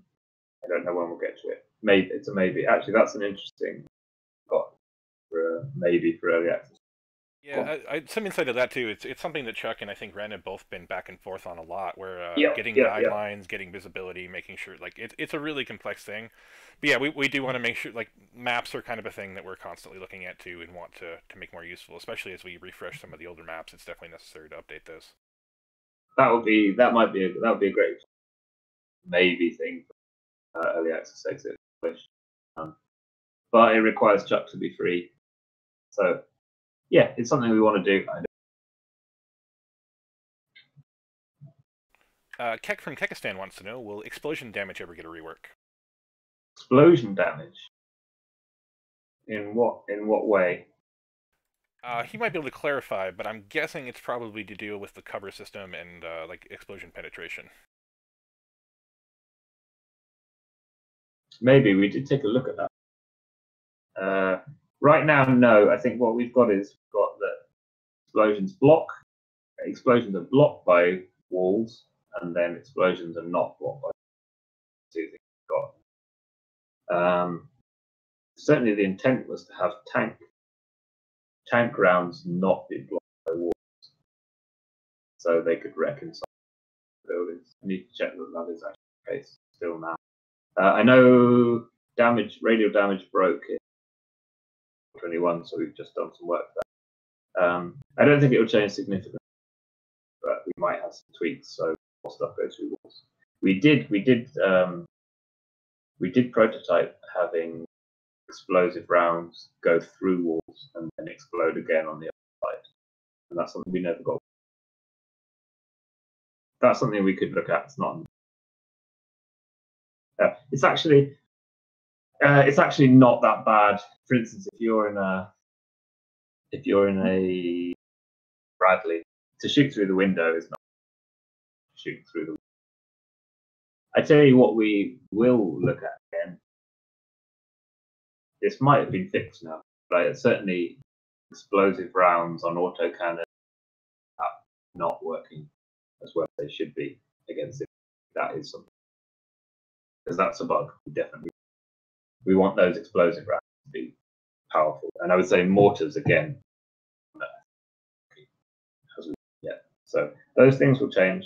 I don't know if the system beyond that. There's certainly a bunch of things not working that should be.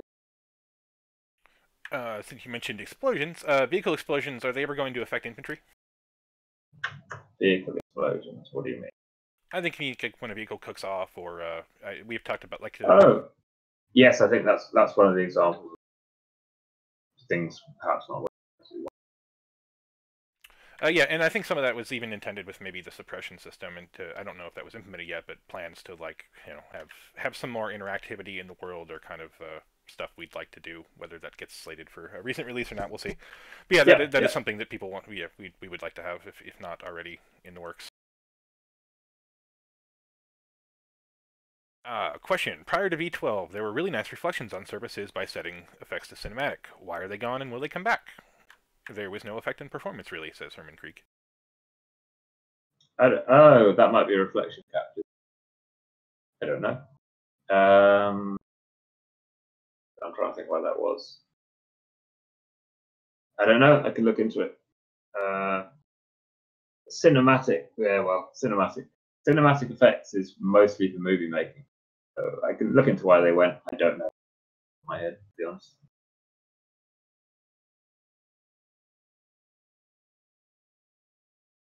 A question I don't really support, but more to answer the community. How about reducing the ability to communicate while dead or downed from robot again?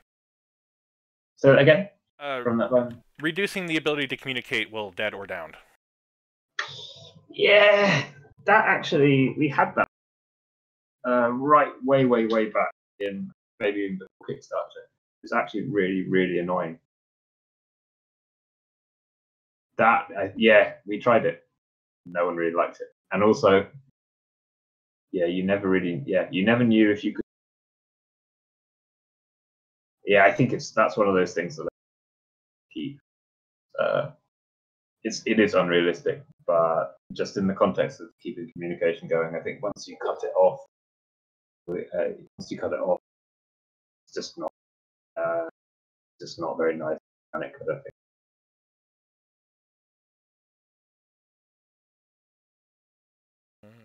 Any thoughts of anti-vehicle mines or anti-personnel mines / claymores for blue forces? Yes, we're looking at it. That's all I'll say right now. Probably not. And don't know about anti-personnel. I don't think we'll do mines ever. The others, yes, we're looking at it. Cool. We're coming up on the second hour here. Give us an opportunity to see if you need a break or. I reckon I've got 5 more questions. Cool. So you heard him, folks. Let's get about 5 more questions in here. There's one from, I believe, Dyslexic Kangaroo.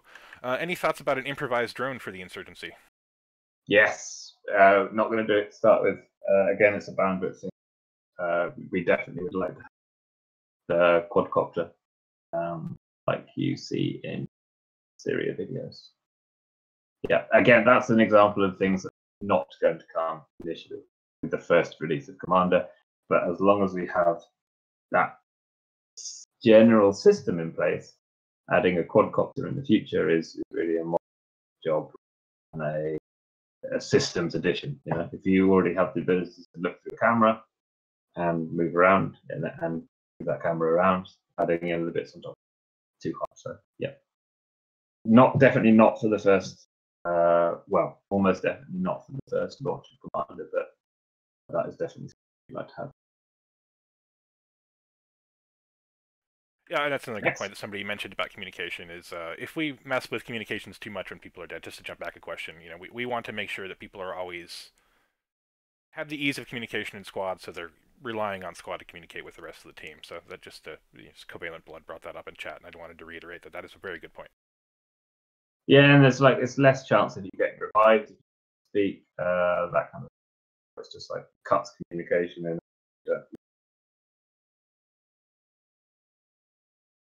Hang on just a second. I was tracking one from Burrito Head about fragmentation projectiles and how they work, but I want to verify that I got that correct before I ask you. How do fragmentation projectiles work? It seems like they are now worse than HE against soft targets, and to be honest, do not have any fragmentation or fragments in it. Yeah, that's. I think they probably just don't work as well as they should do at the minute. Again, exactly what I was about with some of the projectile round. I think the idea of a frag round is a bunch of fragments that are very good at killing infantry. At the moment, I think the HE is a lot more effective, which is that should be. This is kind of a bit of a throwback. Will the stats system ever be released?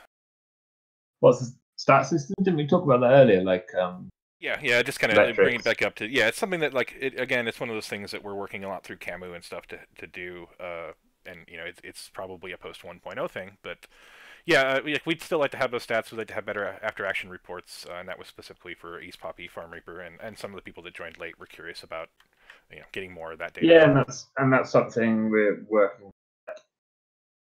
We're making Squad. We're setting Squad up to be available, so do some outside tools with that. And then Dustin has some other ideas that he wants to do, and is probably going to do, but that's something that I don't work with day-to-day basis at all. Focus on the game, but stats is definitely something. Yeah. Herman Kriegs asks, will the direct chat be dyed purple again instead of white? You can't really tell if you're being radioed directly or in general. And that's a question more for Bren. That's feedback we can take to our UI person. We've been looking at the colors, and there might even be some color blindness effects that you can apply to that. UI updates are ongoing. I mean, that is a thing. And if it's not working well, I think we don't like to change it. How will Airstrikes gun runs be allocated to teams? Do we earn them? Are they on a timer? Initially on a timer. Initially on a timer. And if you lose your jet, you get a much longer timer. So that's it. If you get shot down, you get a longer timer. That is something that Fuzzhead does consider kind of a part of the game balance too, is timers being integral into the game flow. Is instead of maybe losing more tickets, maybe it takes a little bit longer, and that's still kind of a give and take. So those things are also adjustable and tweakable, and that's something we keep an eye on. So be sure to give us I know that that's in at the minute. Is that generally you don't want to. If you send your jet into a risky place and it gets destroyed, you're going to suffer. So that's just something to. So it's not just as simple as a disposable timer. Reuse and reuse. TG Wicks is curious: is there a faction that you would like to see personally in game, or even if it's not currently feasible? So completely theoretical faction that you might love to see. Yeah, I'd like to see. Like a Pan-Asian faction set in the jungle of South Asia. Like that. Yeah, I think there's support from that in the mapping team too. Where people wanted to see some jungle map with speedboats and. Actually, no. Now you mention it, maybe some nice Colombia fighting the drug cartels in Colombia. Speedboat, lots of people in shades. Yeah, James Bond DLC for Squad. There you go. There's two factions. Yeah, no. What was that epic? What was the epic Harrison Ford film set down there in the 80s? Anyway, something like that. Yeah, there's so many. I definitely. I think jungle and stuff would be awesome. And there's a lot of interesting weapons vehicles as well. Yeah, no, that's the other thing is a Pan-Asian faction has lots of really cool vehicles. Maybe we could America invading the Spratlys and the Pan-Asian coalition. There was a late Battlefield 2 or 3 DLC that took place on like an American cloverleaf highway that was kind of wild. But I think they did some fictional factions there too. So yeah, who knows? There's a whole wide world of conflict out there. Yeah, definitely not going away. It's the one staple thing that's not going away. Fireteam pings being used for ranging and finding. How do we feel about that? I don't love it, to be honest. I personally preferred the way that you were only given a within 100 meters or so, the way we had it. Because it used to be that mortars, if you put down a ranging marker, that ranging marker would actually be completely accurate. You would then have to either judge the distance from the map or use later on grid reference. I preferred the way it's done before. But at the same time, either not everything that's in the game I love, and that's just something I think you have to be all right with. Yeah, that's it. We are aware of the issues with the way people are currently kind of using fireteam markers and stuff, and it's something that we'll continue to examine. I mean, yeah. And actually, for a lot of it, just because I don't like it, so the wrong thing. fine with Dr. Doodlebob is this. curious. Oh, sorry, I didn't mean to talk over you there. Yeah, carry on. Dr. Doodlebob's curious. Will there ever be specific fire team chat? No, I don't think so, because I think we want to keep. I don't know. That's a maybe. I don't think so, because we want to. I do want to. We want to keep them together, and it's also a button concern. Is start running out of buttons quickly. If there's a smart solution, maybe. I don't know. Again, I think that's a question for us, really. Like, we have the capability to do it. Whether we actually do it and priority it is really that's Fuzz's thing. Yeah, I'm more about like getting the capability to the game designer. So, for instance, we can't do helicopters because we don't have any. Once we have them, exactly how they're set up is more fun. Fuzz and the designer. And we have a question that kind of both, let's see, Danny P and Spade were curious about. Do you have any thoughts on squad calc for mortars or implementing a squad mortar calculator in game itself? Mortar calculator in game, no. Just actually, I think do a better job that side. What would be better? What I'd love to do, won't. It would be very cool to get a mortar calculator on the phone, something like that. That would be very cool. So you could actually run it off a phone and or on a second screen or something like that. I'd love to get the command map on the screen as well, but we probably won't. No, to be honest, I just think people can do a bit outside the game than we can. And anyone that's into mortars will, it's not difficult to go and get a mortar calculator. And also, with a bit of practice, it's actually, even without a mortar calculator, you can still be pretty fun. Yeah, I think it's just one of those things that like even actual military personnel often use mortar calculators, fire direction controllers, stuff like that. So it's not that far fetched. To be honest, it was enough of a stretch to get the wheel in with all the radians and shit on it already. Like me and Mother Dear spent a weekend doing that because we thought it would be really cool. I think we were initially going for a much simpler implementation, but we were like, we just wanted to add that in because it's cool. So I just think like other people will also make things that they want because it's cool. Like the mortar calculator is one of those. And like, why do we need it in the game? You can just run it on the app or run it on your phone. I think that's actually better. Yeah, and it's actually really cool to see the way different people have approached. There are a lot of mortar calculators out there, and a lot of them work in different ways. Some of them are plunking coordinates in, some of them are interactive maps, and really the creativeness out of the community. It's remarkable. Like we're constantly astonished by what you guys come up with. Yeah, and I think it's cool. And this is actually one of the things sometimes like fans and community can actually do a better job than developers anyway. So, or like get something that works better, especially with multiple iterations of it. This seems like a good one to kind of to roll us out on. Baron Von Voice wants to know, and he apologizes for being late, which we'll accept this time, but you better bring a hall pass next time. This time. Yeah, this time. What are some of the big challenges you face as the producer on Squad? Is it scope creep? Is it time zones? What are your challenges? Scope creep is a massive one. Yep, scope creep is a massive one. Having said no to like a bunch of questions, features, and things like that,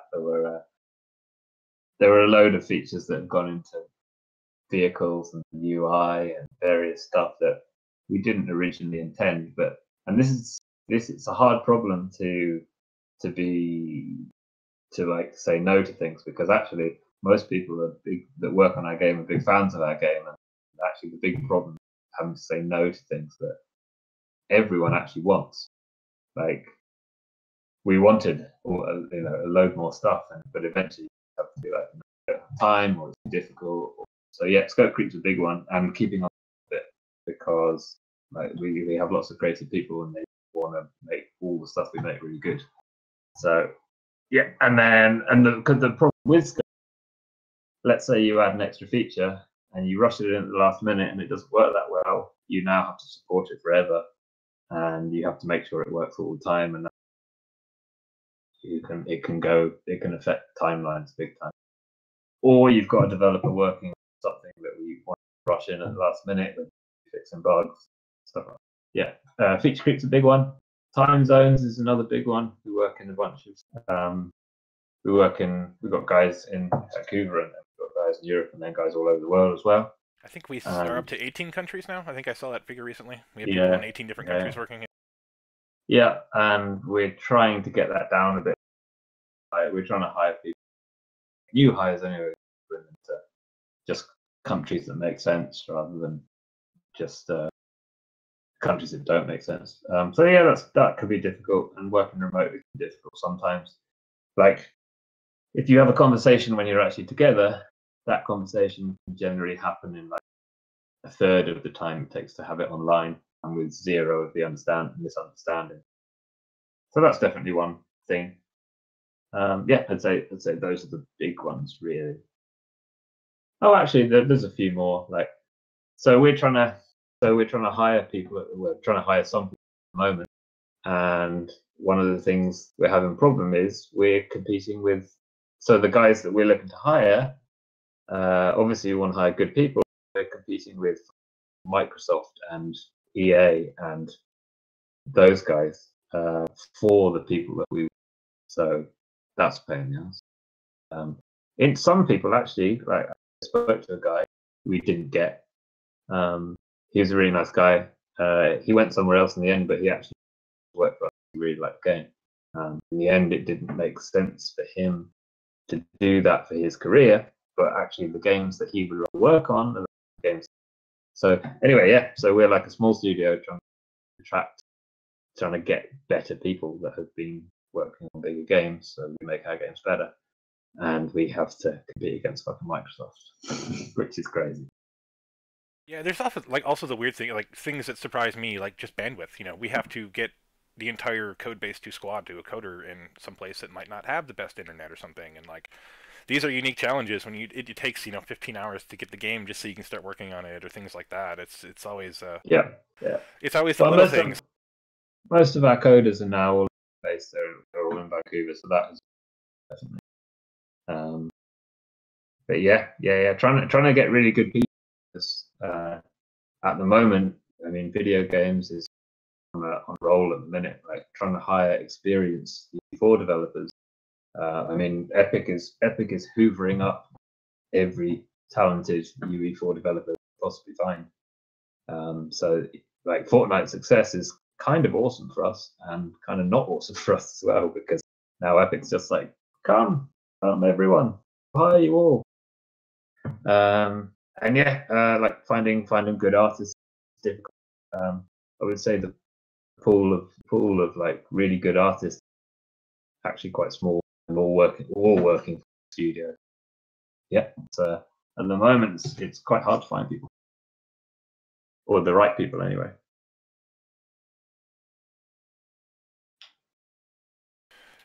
Yeah, but we are constantly growing. So if you think you have the skills to make Squad better, let us know. We are always looking to hire new artists, new coders. If you're interested in Squad and think you have the chops, let us know. Talented people are always welcome, and it helps to have a strong love and passion for the game.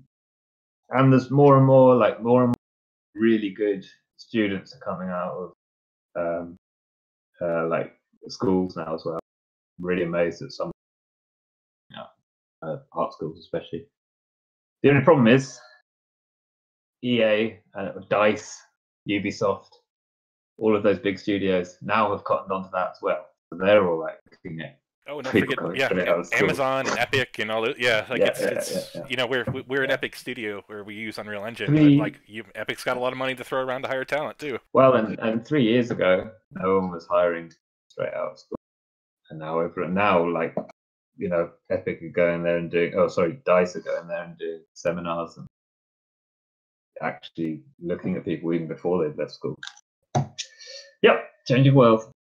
Yep. Well, on that note, is there anything else you'd want to say before we kind of say goodbye and thank everybody for coming? No. Hopefully, well, yes. Hopefully, we'll have going into testing very shortly, and we certainly want to do exactly what we did before. So as soon as it's stable enough, start doing testing on the UAT again. So if you want to jump in and test that, It will be on the UAT app, and we're hoping to have quite a few of some of the new features in there as well. You can jump on and test that. Hopefully pretty shortly. That's the plan. Like, no, I'm not going to say how shortly, but shortly. Can you clarify what UAT is, just real quick? UAT is that, so we've got Squad. If you own Squad on Steam, you'll also have Squad testing app in your Steam library. It's basically another version of Squad, so you can download it, and it will be a brand new unreleased version. So the good thing is you don't need to delete your current Squad copy, clone the new version. So you can playtest that for a bit. When we launch it, you can just delete it. Leave it there. Yep, yeah, then, it's a test app in Squad. It's a completely separate installation, so you don't have to worry about branch passwords and stuff anymore. That's it. And we're going to be using that for now. So you don't have to download a beta branch and then go back to your old version of Squad again and re-download it again. Yep. So keep your eyes out. We're going to be doing more testing. Scorpo's due for testing. We've obviously talked a little bit about Fallujah. We've talked about helicopters. We've talked about 4.1. We've talked about new UI. All of that stuff is going to need you guys to get in there and beat the hell out of it for us and tell us what's right, what's wrong, what's broken, what's not. So keep your eyes peeled. We're going to be doing an AMA on February the 5th with Will, who is the head of Off-World Studios. We're always going to be on Reddit. We're taking your feedback. Make sure you're coming. Throw it at us. We want it all. Thank you so much for coming today. Thank you for bearing through some of our new technology, microphones. And a huge thank you to everybody that had questions today. We're very, very grateful for you spending time with us. We're very grateful that Drav could take the time to kind of chat with us today. And we'll be archiving this on YouTube, so if you didn't get the whole thing, let us know, or follow up. We'll have it posted before too long, and we'll let you know when we're going to do another one of these. I believe it'll be probably about a month from now, give or take. So be on the lookout. And thank you, folks, for coming today. Yep, thanks, guys. Cheers, bye.